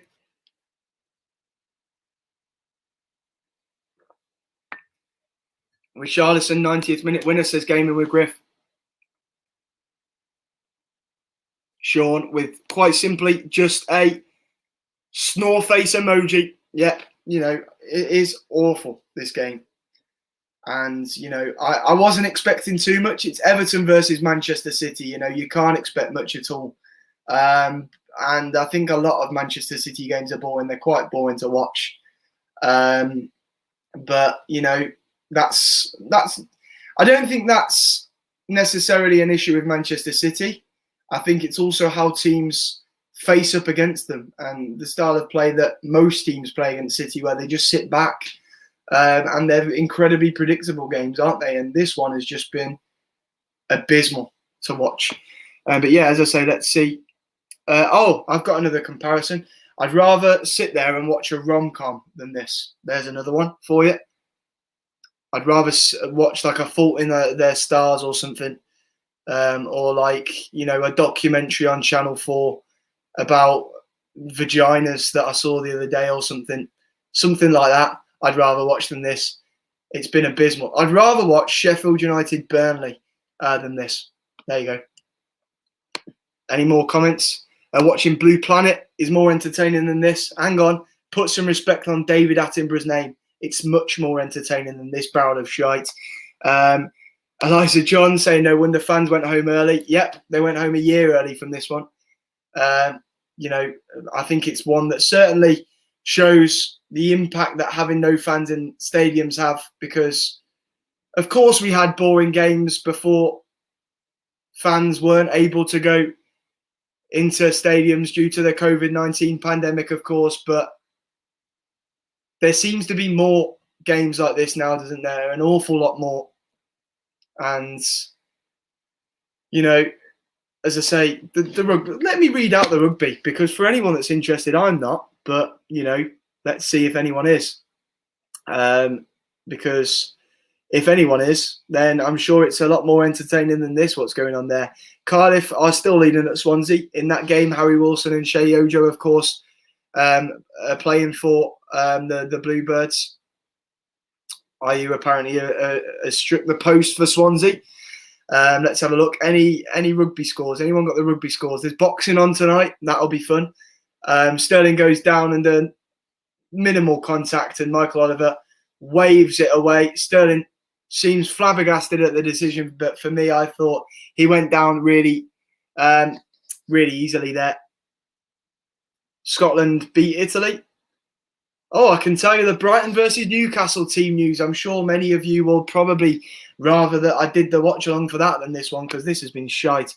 But anyway, yeah, Newcastle versus Brighton follows this in the Premier League. That's live on Sky Sports. If anyone can be asked to watch football after this, I'm considering right now whether to cut this watch along short if it goes to extra time. It has really been that poor. I don't know if I can put myself through another half an hour of this, or whether I'm just going to throw my toys out the cot and end this stream, because, as Hassan says, I'm feeling very sleepy. You know, I might have to crack the sleeping pills out. Any of the Rock's movies are better than this. Interesting. Kate 2.0 agreeing with me. Don't diss David Attenborough. City with the ball on the left-hand side now. Polar Bear says football has been an embarrassment these past 2 seasons. No atmosphere, no passion, no sense decisions. The experts and commentators try to big it up, but it's a terrible game. Yeah, you know, I don't think it's the commentators and experts' fault. You know, you have to deal with what you've got, but it's certainly not what it has been, is it? You know, it's not the same with fans in stadiums at all. And finally, we see Kevin De Bruyne get ready to come on. And right now, I don't care who scores. I just want to be put out of my misery so I can end this. But it is Raheem Sterling who comes off. It's been a frustrating afternoon for him. Let's have a look. Kate 2.0 saying, hit the like button and subscribe if you haven't. Absolutely. Please like and subscribe. It'll be the only good thing that comes from this stream, to be honest with you. I'm actually thinking that you watching me sleep is probably better than watching this game. So why don't we try that instead? Because this is sending me to sleep. Jamie Sadiq saying watching Harry Maguire trying to defend is better than this. I like these comparisons. They're nice. Wales winning the Grand Slam in the rugby is more entertaining than this. What happened in the England game? I had a bet on England winning that. So let me know. Foden enters the Everton area and puts it across goal. Ben Godfrey clears away. And now a bit of head tennis in the Everton area. But now De Bruyne receives it from Zinchenko. Mahrez to Fernandinho. Fernandinho to Foden. Foden back to Laporte. Laporte now to Ruben Diaz. Diaz to Mahrez. Mahrez over to the right-hand side where Kyle Walker is. Kyle Walker to Ruben Diaz. City looking to keep the ball. They're looking to find the winner here. Everton, a few of them looking tired now, a few tired legs amongst this Everton side. Not too many good players for Carlo Ancelotti to choose from on the Everton bench. That includes many youngsters and Alex Iwobi. Ireland's hammering England in the rugby. If anyone's interested, 30-11 to Ireland. So it looks like Wales are going to win the Grand Slam. Is that what happens? I don't know. Someone asking to be a mod. If I'm genuinely honest, mate, I have no fucking idea what a mod is. I don't know how to make someone a mod. I don't know what a mod is. I don't know what the mods in the thing does. I have no idea. So you're asking the wrong person, to be honest with you. Eliza John saying this game with the press of I have no idea what that is. Jamie Sadiq saying listening to K-pop songs are better than this. Yes, I'd rather put myself through the new Justin Bieber album than this. There you go. That's another one for you. Matty Jones saying England have been poor. It's shocking. Let's have a look. Any more comments? Anything else we can talk about? Because this has been this. There's nothing happening on my screen, to be honest with you. Riyad Mahrez is on the ball. He's trying to do a fancy turn, but in the end, he's gone backwards. Shock. Fernandinho now for City. He puts the ball forwards towards Gabriel Jesus, who controls the ball on his chest and loses it to Luca Digne, who finds Andre Gomez and now Ben Godfrey. You know, the last few watch-alongs I've done, my Wi-Fi has dipped. It hasn't been great. I've ended up, going off some of them and then having to come back because my Wi-Fi has crashed. And the one time it doesn't happen, the game is shite. And I wish I had an excuse to go as Foden hits it from 25 yards. But João Virginia, who I'm sure will get a lot of credit after this game for his performance, as I say, he made a real good save from Raheem Sterling earlier on. But City just haven't been good enough. They haven't given him too much to do today. Watching a wall would be better than this, says Sean. As Calvert-Lewin looks to get in behind that City defence, but they're too strong for him. And in the end, it is fired clear. Ben Godfrey now just passes it straight out for a City throw. Jamie Sadiq saying watching Spurs trying to win a trophy is better than this. Agreed. Ali Al-Kabaz saying, have you ever heard of Kuwait? I hope I pronounced that right. I haven't, to be honest with you, mate. I'm aware that it's a country. I believe it's a country anyway. But I don't know too much about it. But yeah, are you from there? Let's see what happens here. Can either side find a winner? Laporte roams forwards. De Bruyne skips past Yerry Mina, goes down, comes back off the bar, and there is Gundogan. We have a goal, finally. And it goes in the way of Manchester City. That man, İlkay Gundogan, the German, who has been on fine goal-scoring form this season. It came from nowhere. A brilliant advantage played by Michael Oliver in the end. Kevin De Bruyne was brought down on the edge of the area for Manchester City, but they had the advantage. So City build up the play. They've been taking their time. Everton, as I say, there has been a few tired legs. But De Bruyne skipped past Yerry Mina and was brought down in the process. Michael Oliver had his whistle to his mouth. And then it was Laporte who fired a strike towards the Everton goal. João Virginia tips the strike onto the bar, but it comes back out to İlkay Gundogan, who won't miss from 6 yards out with a diving header under no pressure from an Everton defender. And you have to back the German there. And for all the brilliant work from João Virginia, who made a good save to tip it onto the bar, he couldn't react quick enough to prevent Gundogan there, who had an open goal to head into. And that, to me, I think will be the winning goal. Everton look tired. It remains to be seen what they've got in them. But they have to come out now at Manchester City. It's a knockout tie, of course. Neither side looked like they wanted to find a goal in this one before then. But in recent minutes, Everton players did start to look slightly tired and were sitting off City more. And City have got their reward for dominating a lot of possession as Gundogan puts them ahead, and it looks like City will be into the last four. They've got 5 minutes to hold on, and you know what? The reason I half celebrated that goal was purely because that means that there'll be 5 minutes left of this match. I'm not asked who wins it. I'd have rather City win it. But the thing I thought immediately when that ball hit the back of the net was, thank fuck that this game won't go to extra time. Hassan says, I'm so bored I'd rather watch Craig grow some hair. I think he's more likely to grow some hair than Everton are to get an equaliser in this one. There you go. Manchester United God says Man City fans will break COVID rules if they win the treble. Not quite sure what you mean there. The last time Everton won a trophy, the Queen Mother was a teenager. Yeah, absolutely. Everton going out of this competition, it looks like they got 4 minutes to get a goal. They've not won a trophy since 1995, and their wait will continue if they go out today. I don't think they've performed too badly, but as I say, they've not done much either. It's been incredibly flat. They've only had one shot on target, and there the cross is into the area. It's a header from Calvert-Lewin, but it lacks pace, and it's claimed with ease by Zach Steffen, who's had little to do. The Manchester City backup goalkeeper today, the American.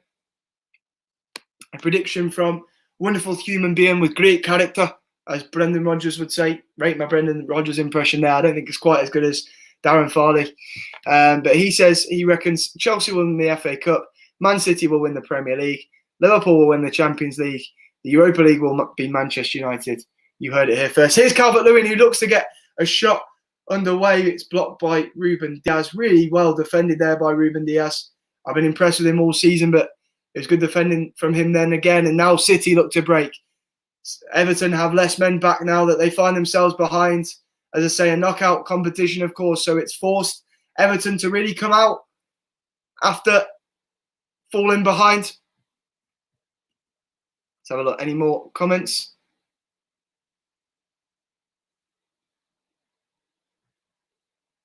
Kevin Smith saying, thank God, a goal at least, Jack.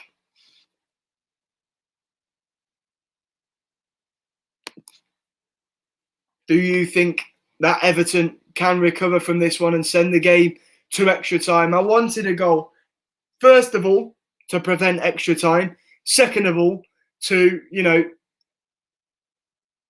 maybe bring this game into some kind of life. As you know, it's the FA Cup. One team goes through. So if one team scored, it would force the other one to up their ideas a bit.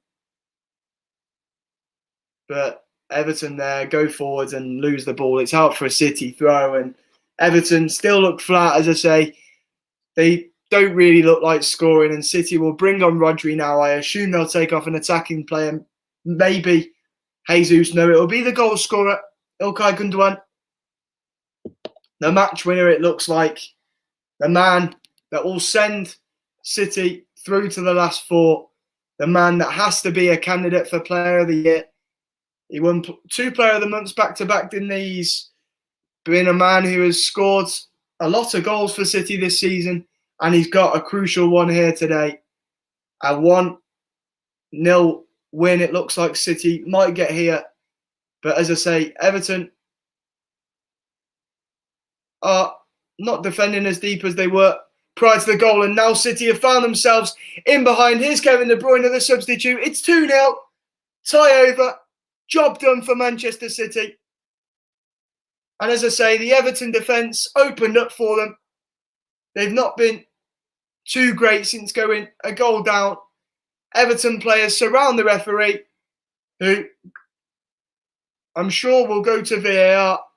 There are numerous players surrounding the referee. I think they're not happy about a high foot there from Mahrez on Yerry Mina. But I see no issue with that whatsoever. I think this goal will stand. And City have defeated Everton. It is 2-0. Job done for Manchester City. They've not looked great, but they have done the job here. They left it late. But goals from Gundogan and Kevin De Bruyne look to have put this tie to bed. I couldn't see Everton scoring 1, let alone 2. And now that thought of extra time that I was stressing about with how poor this game has been now looks completely dead and buried, thankfully. But I can't understand why Everton players are so aggrieved by that high foot. For me, it was definitely fine. Mahrez pulled out of it, and I see no reason why this goal won't stand. And note, the goal does stand. Everton kick us off, and tie is over. City look to have put this game to bed. 4 minutes were added on. We played one of them, and City just too strong for Everton today. Everton put a full-strength side out, but I said, didn't I? They had no one to turn to on the bench. They had tired legs as the game went on, and it wasn't the greatest of performances from either side. But you can see that Everton tired as this game went on, and they've took their foot off the gas a tiny bit, allowed City in, and goals from Gundogan and Kevin De Bruyne have put this game to bed. City will be in the last four. Fernandinho is my man of the match, and BT Sport have given it to him as well. For me, it would be between Fernandinho and Ruben Diaz. I would have to give it to the aging midfielder, Fernandinho, and Foden does so well there, keeps it in the corner. De Bruyne now, Zinchenko. Just 2 minutes left. I'll remind you of our sponsors, One Football. I'll show you the video at full time. But yes, what do you think will happen tomorrow when Manchester United face Leicester? Let me know what you think. Foden finds himself in behind. João Virginia does well there and does well to keep it in and prevent it from going out for a corner. But let me know what you think the Man United-Leicester game will end up. Who do you think will go through in that one? Will it be United? Will it be Leicester? Both teams in top four positions at the moment. A good season as far as Leicester are concerned. But, you know, Southampton are certainly going to be the underdogs in the last four, with City going through in this one. Chelsea have Sheffield United tomorrow. You expect Chelsea to go through against a Sheffield United side now under Paul Heckingbottom. But here are City. Mahrez latching onto a loose ball. He looks to pull it back to Fernandinho, who hits it. And it goes just wide. And it will be a goal kick to Everton. Elijah John did say City 2-0 with Gundogan and KDB to score. Did you think that? I must have forgotten. I didn't see you say that. I thought it'd be 3-0 City, to be honest with you. And I thought they'd be a lot better than they have been. But, you know, they've not needed to be great. They've come here, they've got the job done. And they'll go into that last four now. And they are the firm favourites in this competition. I have a feeling Chelsea may win the FA Cup. Just a feeling. But City, certainly the favourites. City always score late, says Gaming with Griff. Yes, they like to tire their opponents as they have done with Everton here. And then end the game late and force teams into mistakes. And that's exactly what they've done this evening. Everton tired.